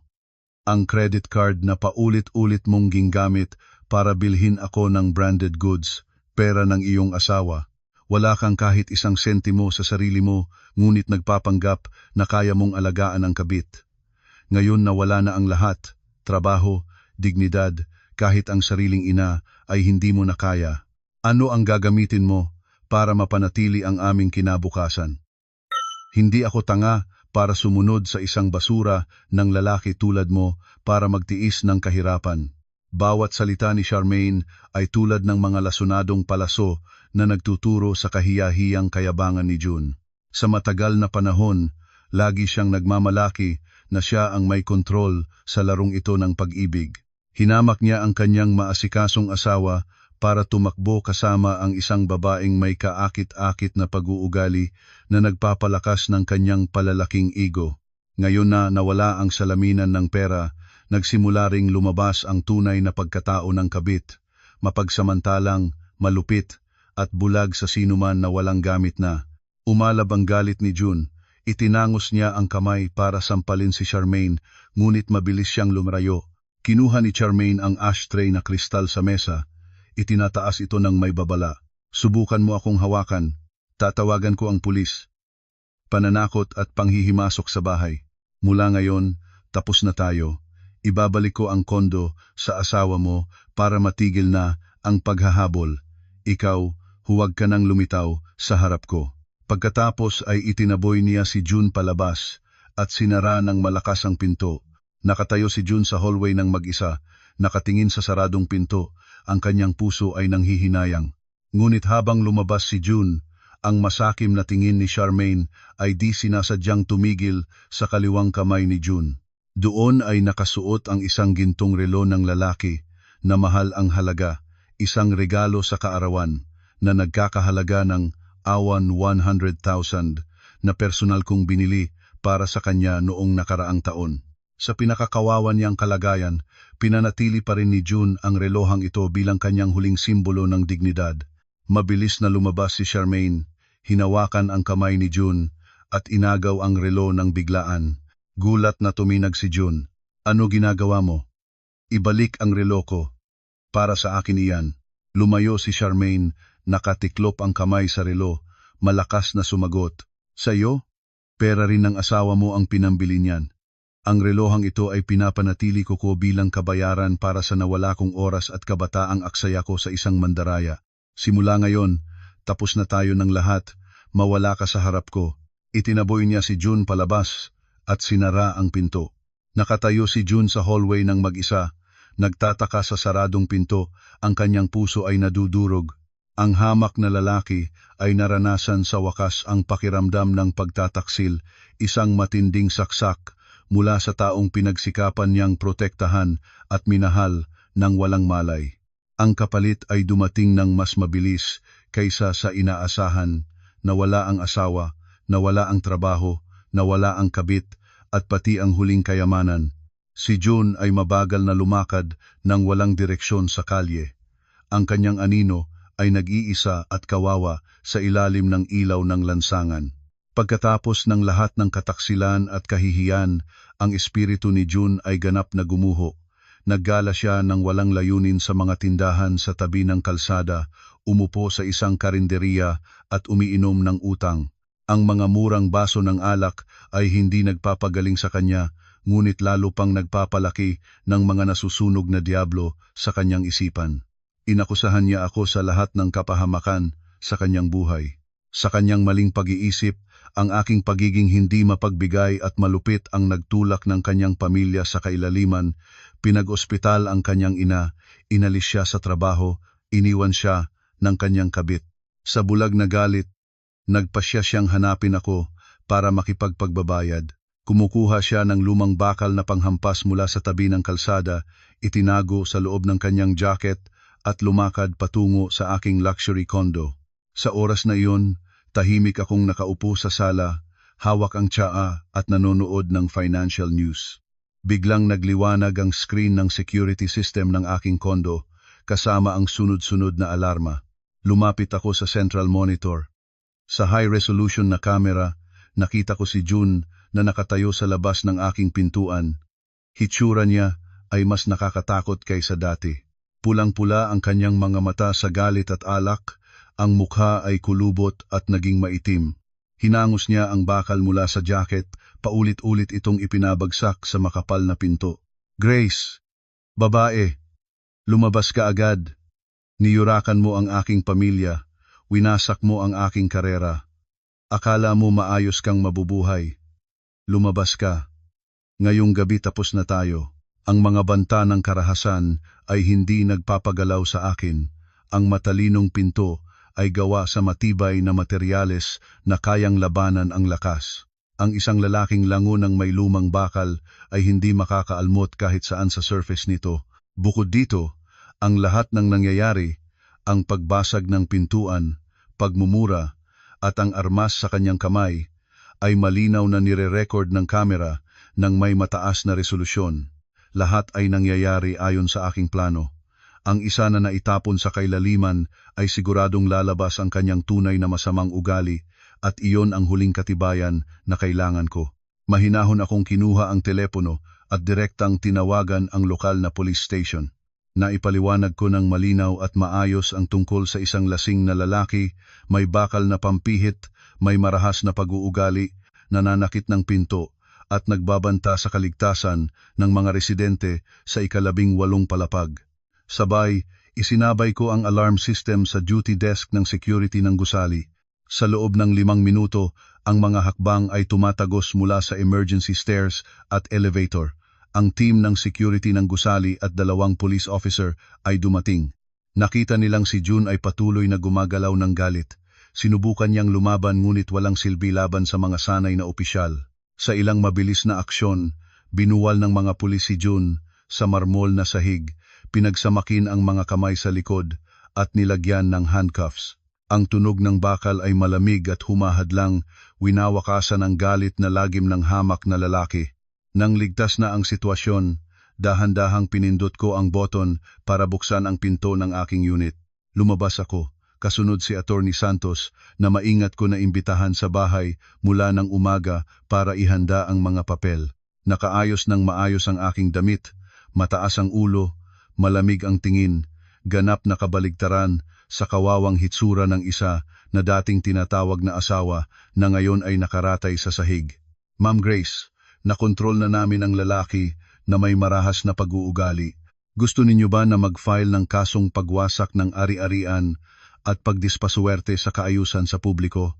Ang pagdadala ng sandata para banta ang buhay ng iba ay maaring magresulta sa mabigat na parusa. Nang marinig ni June ang salitang parusa, biglang nawala ang kanyang pagkakainom. Ang takot ay lantad sa kanyang mapusyaw na mukha. Tumingin siya sa akin, ang mga matang nagmamakaawa, ang bibig ay nanginginig. Naintindihan niyang kung sasang-ayon ako, ang kanyang buhay ay opisyal na magtatapos sa likod ng rehas. Tiningnan ko ang lalaki na nanginginig sa sahig. Ang aking tingin ay walang kahit isang grain ng simpatya. Ginawa ko ang hudyat kay Attorney Santos. Inilabas nito ang mga papel ng mutual consent divorce na nakumpleto na ang lahat ng impormasyon kasama ang isang ballpen at inilagay sa sahig sa harap ni June. Mahinahon akong nagsalita, bawat salita ay tiyak tulad ng pako na itinatak sa pader. June, bibigyan kita ng huling pagpipilian. Una, kung ipagpatuloy mo ang iyong marahas na pag-uugali, ibibigay ko sa investigasyon ang lahat ng katibayan ng karahasan, pagwasak ng ari-arian at bank records na nagpapatunay ng pag-aalis ng pinagsamang pondo. Mauupuan ka at daladahin mo ang utang na milyon-milyon. Pangalawa, hawakan mo ang ballpen at pirmahan ang mga papel ng diborsyo. Tinatanggap mo na umalis ng walang karga, walang karapatang maghabol ng anumang ari-arian. Sa kapalit, bawiin ko ang aking pahayag, hindi kita isakdal para sa marahas na pag-uugali ngayong gabi. Piliin mo. Natanto ni June na wala siyang kakayahang sumalungat sa batas at walang daan labas sa parusa ng Diyos, kaya nagpabaya na siya ng tuluyan. Ang magagapusang kamay ay pahiyang kinuha ang ballpen. Ang mga luha ng huli at napakalate na pagsisisi ay pumatak sa puting papel. Nanginginig siyang pumirma ng kanyang pangalan sa kahit saan. Ang sulat niya ay gusot at baluktot tulad ng kanyang miserable na buhay. Kinuha ko ang mga papel ng diborsyo, maingat na sinuri ang pirma, pagkatapos ay nagpugay sa police officer, kinakansela ang aking kahilingan para sa formal na akusasyon at humingi ng tulong sa pagpapalayo ng permanente sa lalaki sa aking lugar ng tirahan. Habang tinitingnan ko ang nakayukong likod at sabog na paglabas ni June sa pagitan ng 2 pulis, nalaman ko na ang mapait na kasal na ito ay ganap nang natapos. Kinabukasan, naglaan ako ng oras para pumunta sa isang murang klinika sa labas ng lungsod. Sa pamamagitan ng pribadong impormasyon, nalaman ko na si June ay napilitan na dalhin si Nena doon dahil ang pangunahing ospital ay tumanggi sa kanila. Pumasok sa makipot na silid, ang mura at matinis na amoy ng disinfectant ay agad na sumalubong sa akin. Nakaratay si Nena sa kalawanging bakal na kama, mapusyaw ang mukha, mga matang malalim. Wala na siyang kakayahang magpanggap ng atake dahil ang tunay na takot na nakita niyang binihag at binitbit ang kanyang anak kagabi ay nag-trigger ng tunay na pagtataas ng blood pressure na hindi na kontrolado. Siya ay nagkaroon ng magaan na stroke, bahagyang paralysis ng isang bahagi ng katawan at hindi na makakilos ng maayos. Nang makita niya akong pumasok, binuksan niya ang mga mata. Ang lalamunan niya ay naglabas ng tuyo at paos na mga tunog. Wala na ang mga salitang mapanginsulto, wala na ang huwad na autoridad, lamang ang kawalan ng lakas at takot ng isang taong sanay na maghahari ay kinailangang tanggapin ang natural na bunga ng kanyang mga gawa.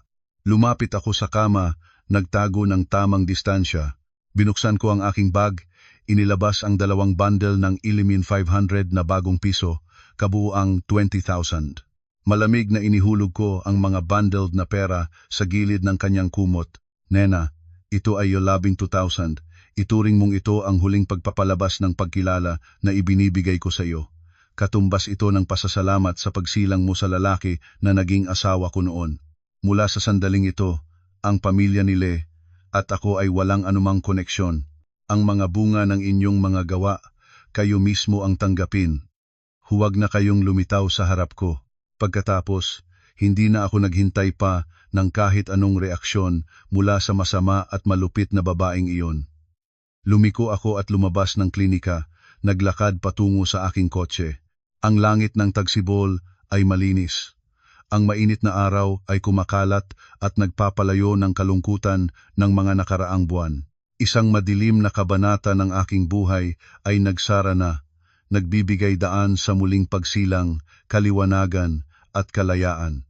Hawak ko ang utos ng mutual consent divorce na may pulang selyo ng korte sa aking mga kamay. Huminga ako ng malalim, tinatanggap ang sariwang hangin ng maaga pang Tagsibol. Iniiwan na ang titulong manugang sa pamilyang iyon, iniwan ang hamak na asawa at ang mapanlinlang na biyenan. Naramdaman ko na mas magaan ang aking mga balikat. Ang langit ngayon ay malinis at asul. Ang mga puting ulap ay dahan-dahanang gumagalaw na para bang ngumingiti rin at nagbibigay pagbati sa akin para makalabas na sa madilim na hukay. Anong itinanim? Anong aanihin? Namuhay ako ng ayon sa tamang buhay. Ang langit ay may matang nakakakita ng lahat. Ang unang bagay na ginawa ko ng opisyal na maging isang malaya ay linisin ang aking espasyo ng pamumuhay. Tinawagan ko ang koponan ng propesyonal na serbisyo sa paglilinis at isang maliit na truck. Nang umaga ring iyon, pinangasiwa ko ang mga empleyado na tipunin ang lahat ng bakas ni June mula sa aking kondo. Ang kanyang mga mura at lumang damit, mga panyapak, kahit ang kanyang toothbrush at ahit, lahat ng libro na nagsilbi bilang huwaran, lahat ay inilagay sa 5 karton na may makapal na tape. Isinulat ko ang address ng lumang bahay sa probinsya, sa bawat karton, binayaran ang courier fee at inutusan ang driver na direktang ihatid sa may-ari ng mga iyon.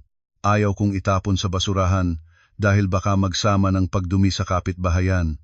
Ipabalik sa lugar na iyon mismo kung saan niya ako malupit na niloko noong bisperas ng Pasko, ang pinakamakatuwiran. Ang lumang kutson ay itinatapon ko rin. Bumili ng bagong natural rubber foam mattress, pinalitan ang lahat ng sapin ng malambot na white silk. Ang aking kondo ay puno na ngayon ng samyo ng lavender essential oil, walang natira kahit isang bakas ng pagkakamaling kasal na iyon. 1 taon pagkatapos ng diborsyo, ang aking buhay ay tulad ng isang bagong pahina na puno ng ningning at kaluwalhatian. Wala nang parasitong nagnanakaw ng pera, wala nang mga gabi ng pagkamata sa galit. Ibinuhos ko ang lahat ng lakas at puhunan sa pag-unlad ng aking negosyo. Ang aking supermarket chain ay nagbukas ng 3 bagong branch sa mga siksikang residential area. Ang kita ay tumaas ng maraming beses kumpara sa mga nakaraang taon. Nag-hire ako ng profesional na management team at gumawa ng automated system para maging maayos ang operasyon. Nang maayos na ang ekonomiya, nagpasya akong ibenta ang lumang kondo, ang lugar na nasaksihan ng lahat ng huwad na drama ng pamilya ni June. Bumili ako ng isang spacious penthouse na may view ng ilog sa pinakamataas na klase ng urban development sa lungsod. Puno ng rosas ang aking balkonahe. Tuwing umaga pagkagising ay maaari akong tumingin sa tahimik na daloy ng ilog at salubungin ang liwanag ng pagsikat ng araw na dumadaan sa malawak na bintana. Dinala ko ang aking mga magulang para manirahan, kasama ko para mas madaling alagaan sila. Sa mga espesyal na okasyon at holiday, nagre-reserve ako ng business class at dinadala ang aking mga magulang sa mga biyahe sa buong Asia at Europa. Sa pagtingin sa masayang ngiti ng aking mga magulang sa kanilang may gulang na mukha, nagpapasalamat ako sa Diyos sa lakas na ibinigay sa akin para maglakas loob at magsimulang muli. Habang tinatamasa ko ang mga prutas ng kalayaan at pagsisikap, ang parusa ng Diyos ay dumating na sa mga taong sinabing sinikap nilang makasama sa akin. Sa mabilis na komunikasyon ngayon, ang mga kamag-anak sa probinsya, kahit tumalikod na sa mag-ina, ay paminsan-minsang nagkukwento pa rin tungkol sa kanilang trahedya bilang paksa ng tsismisan. Sa pamamagitan ng mga salita ng iba, nalaman ko ang buong kawawa-awa ng mga hamak na taong iyon. Pagkatapos ng lahat ng aking paghihirap sa kanila, si June at si Nena ay wala nang kakayahang manatili sa lungsod, napilitang tahimik na bumalik sa lumang bahay sa probinsya. Tiyak iyon ang parehong baong bahay na pinutulan ng kuryente at tubig kung saan niloko niya akong pumunta noong bisperas ng Pasko ay naging permanenteng lugar ng takasan ng mag-ina. Ang mga kamag-anak na tumanggap ng aking pera ay nagtakot na maisangkot sa aming alitan at sabay-sabay na tumalikod, walang gustong bumisita o tumulong. Si June ay nawalan ng trabaho. May pangalang mapaglarang lalaki na suwail sa moralidad, kaya walang ahensya o kumpanya sa probinsya ang handang tanggapin siyang empleyado sa opisina. Ang mga diploma at sertipiko ay naging walang kabuluhang papel. Para may pambili ng bigas at mabuhay araw-araw, ang lalaking dati ay nag-angkin ng titulong Assistant Division Chief ay napilitang lumabas sa terminal ng bus para maghatid-hatid bilang kargador. Ang mga kamay na dati ay sanay sa pag-inom ng tsaa at pag-click ng keyboard ay ngayon ay malagkit at may pilas mula sa pagbubuhat ng bag ng semento at palay. Araw-araw, napipilitan siyang yumuko at umasa sa maliliit na tip na ibinibigay ng mga pasahero. Tungkol naman kay Nena, ang palabas na pagpapanggap ng stroke na ginawa niya ay sa huli ay nagkatotoo sa kanyang sariling katawan. Ang shock ng pagkawala ng gintong minahan, kasama ang pagtanggap na ang kanyang anak ay binihag ng pulisya sa harap ng kanyang mga mata, ay nag-trigger ng tunay na hypertension na hindi na kontrolado. Nagkaroon siya ng totoong brain hemorrhage na nagresulta sa totoo at permanenteng paralysis ng kalahati ng kanyang katawan. Dati palagi siyang nagsermon ng moralidad, minamaliit ang manugang, pinipilit akong maglingkod sa pamilya ng buong tapang. Ngayon siya ay nakaratay sa lumang kama, walang kakayahang kumilos, nangangailangan ng tulong para sa lahat ng pangunahing pangangailangan. Si June, pagod sa buong araw na trabaho bilang kargador, ay ganap na nagpabaya sa pag-aalaga sa kanyang ina. Ang basang kwarto ay laging may masangsang na amoy. Hindi natanggap ang mga tiwaling kondisyon. Ang ugali ni Nena ay naging mas maramdamin at malupit pa. Nakaratay sa kama, ginagamit ang kanyang natirang lakas para sumpain ang walang silbing anak na iyon. Sinisisi niya si June sa pagiging tanga, sa pagkawala ng isang mayamang asawa, sa pagdadala ng maging para masira ang pamilya. Si June, na paulit-ulit na inaanihan ng mga sigaw, ay nagsimulang gumanti. Lango sa alak, naghahagis ng pinggan at kutsara, nagtaturo-turo sa ina na nagsimula ng lahat ng ito. Ang mag-ina ay nagduduraan sa isa't isa araw-araw, nagpapahirap ng mental sa isa't isa sa lagusan ng impyerno na kanilang sariling hukay. Ang buhay na puno ng gutom, sakit, at galit ang pinakamalupit na parusa para sa mga taong walang utang na loob at mapagsamantala. Tungkol naman kay Charmaine, ang kanyang kapalaran ay hindi rin mas maganda. Pagkatapos makuha ang gintong relo ni June at mapalayas siya, nagsimulang magplano si Charmaine na gagamitin ang kanyang kagandahan para mahuli ang isa pang mayamang lalaki. Nagpundar siya ng isa pang may asawa at mayamang direktor ng real estate company. Ngunit hindi natulog ang nagtataksil na plano ni Charmaine. Ang asawa ng direktor ay hindi isang matiisin at mapagbigay na babae tulad ng dating naging ugali ko. Siya ay isang matipid na businesswoman na may karanasan sa pakikitungo. Sa sandaling natuklasan ang lihim ng asawa, agad niyang nag-hire ng taong sumusunod, tinutukoy ang schedule ni Charmaine. Isang hapon, habang nakasuot si Charmaine ng branded na damit at pumasok sa isang marangyang coffee shop para hintayin ang kanyang pag-ibig, ang asawa ng direktor kasama ang kanyang grupo ay bigla at marahas na pumasok. Hindi na sila nag-aaksaya ng salita. Tinampal ang asawa ng kalabog sa mukha ni Charmaine nang paulit-ulit, hinugot ang kanyang inaalmong buhok at dinaganas sa sahig. Ang mga kasamahan ay sumama, pinunit ang mamahaling bestida ni Charmaine na nag-aalay ng kanyang undergarments sa harap ng dosenang mga mata na nagmamangha. Gumamit sila ng mga telepono para mag-video at mag-photo mula sa malapit, patuloy na nagmumura. Ito ang babaeng espesyalista sa pagnanakaw ng asawa ng iba. Ang mga taong nanonood ay nakapalibot, ngunit walang isa mang nagtangkang sagipin ang ikatlong partido. Ang video ng pagkulong at pagtanggal ng damit ay inilabas sa social media at mabilis na kumalat ng nakatatakot. Nasira ang kagandahan, dinustang ang dignidad sa pinakamababang antas. Ang mga kamag-anak sa probinsya na nakakita ng video ay naramdaman ang kahihiyan, idineklara na itapon ang masamang anak na babae. Natibag ang katayuan ni Charmaine, hindi na siya matapang lumabas ng bahay dahil sa takot sa paghamak ng mga tao. Napilitan siyang ibenta ng mabilis ang condominium unit, palitan ang pangalan, at tahimik na tumakas sa isang liblib na probinsya para makatakas sa bagyo ng opinyon ng publiko, namumuhay tulad ng daga habang buhay. Mabilis na lumipas ang oras.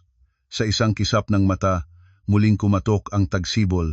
Sa gabi ng bisperas ng bagong taon ngayon, iba ang kapaligiran kumpara sa kawawa-awa, mapanglaw at masaktang sandali sa baong bahay noong isang taon. Nakatayo ako sa bukas na balkonahe ng aking penthouse, nakasuot ng manipis na silk shawl. Sa ibaba ay ang ilog na kuminang sa liwanag ng mga daang-daang lampara ng lungsod. Sa sala, ang handaan para sa Noche Buena ay maayos na. Ang aking mga magulang ay nakaupo sa malambot na sofa, nanonood ng holiday music show sa malaking TV. Ang tawanan at kasiyahan ay pinainit ang buong sulok ng bahay. Tiyak na 12:00 ng gabi, sabay-sabay na nagliwanag ang langit ng lungsod sa mga paputok na makulay. Mga malakas na tunog ang nagpapalipas ng lahat ng pagod ng lumipas na taon. Nagpapabalita ng isang bagong simula na puno ng kapayapaan at kaligayahan. Isinara ko ang aking mga mata, sinipsip ang hangin ng tagsibol ng buong pagkakataon. Sa sandaling iyon, ang aking telepono ay bahagyang nanginig. Nagniningning ang screen, nagpapakita ng mensahe mula sa isang hindi kilalang numero na hindi pa nakasave sa listahan ng aking mga contact. Ngunit sa tanging tingin lamang sa estilo ng pagsusulat, alam ko na kung sino ang nagpadala. Grace, bagong taon na. Alam ko nang nagkamali ako. Hinihingi ko ang iyong kapatawaran. Ang buong nakaraang taon ay naging buhay na mas masahol pa sa kamatayan para sa akin. Si nanay ay may sakit at walang nag-aalaga sa kanya. Ako ay nanghihirapan sa trabaho bilang kargador. Naalala kita, naalala ko ang ating pamilya noon. Bigyan mo ba ako ng pagkakataon na magsimulang muli? Yuyuko ako sa iyo para mapatawad. Nakatingin ako ng mataman sa mga hinahina at kawawa-awa na salita na ipinakita sa screen. Isang ganap na katahimikan ang bumabalhog sa aking isipan. Walang galit, walang kagalakan, higit pa, walang anumang awa o pagkabagabag. Ang taong iyon, hanggang sa sandaling ito, ay hindi pa rin naiintindihan na ang damdamin na pinagtataksilan ng isang beses ay permanenteng nasira at hindi na maaaring ayusin. Kung sino ang sariling winasak ang mahalagang bato, ngayon ay umiiyak at naghahanap ng mga sirang piraso, kapareho nitong kawawa at katawa-tawa. Ang sulok ng aking mga labi ay bahagyang bumalik, nagbibigay ng pinakamaliwanag at pinakapresko ng ngiti. Mabilis akong nag-aksyon sa telepono, na-block ng permanente ang numero, tinanggal ang mensahe mula sa inbox. Lahat ng bakas ng nakaraan ay ganap na nalinis. Mahinahon akong lumiko at bumalik sa loob ng bahay, lumapit sa maliit na bar malapit sa sala. Punan ko ang 3 baso ng maitim pula na alak, dalhin sa mga kamay ng aking mga magulang. Ang aming 3 pamilya ay sabay-sabay na tumayo, itinaas ang mga baso, nagpapalipas ng mga ingay ng paputok sa labas. Papa, Mama, maligayang bagong taon. Nawa'y matagal kayong mabuhay, masaya, at malusog kasama ang inyong mga anak. Nawa'y ang ating pamilya ay lagi at palaging payapa at masaya. Itinaas ko ang baso, uminom ng isang higop. Ang lasang alak ay bahagyang umaangat sa dulo ng dila ko bago natira ang malalim at matamis na panlasa sa lalamunan. Ngayong gabi, opisyal na sarado ang lumang libro na puno ng kirot. Itinataas ko ang baso para pasalamatan ang isang bagong buhay, puno ng ningning, kalayaan, at pagmamalaki. Ang tunay na tagsibol ay namulaklak sa aking kaluluwa. Sa gabi ng bisperas ng bagong taon, puno ng paputok ay ngumiti ako at ni-block ang pagsusumamo ng dating asawa. Sa probinsya, ang mag-ina ay nagtitiis ng parusa sa kahirapan at kapansanan. Ang karma ng buhay ay palaging makatuwiran. Ang babaeng bulag na nagtitiis ay humaharap lamang sa buhay na puno ng kahirapan. Ang pagpapalayang sarili mula sa mapagsamantalang tao ay hindi isang pagkawala, ito ang muling pagsilang para sa iyong sariling pagpapaningning ng kaluwalhatian. Maraming salamat sa lahat sa inyong panahon at pakikinig sa kwentong ito ngayon. Kung natuklasan ninyong makabuluhan ang mga mensaheng ito, paki-subscribe at ibahagi ang channel para makabigay sa amin ng lakas na maghatid ng mas maraming kwento para sa inyo. Maayang araw sa inyong lahat. Malusog, masaya, at mapayapa ang inyong mga tahanan.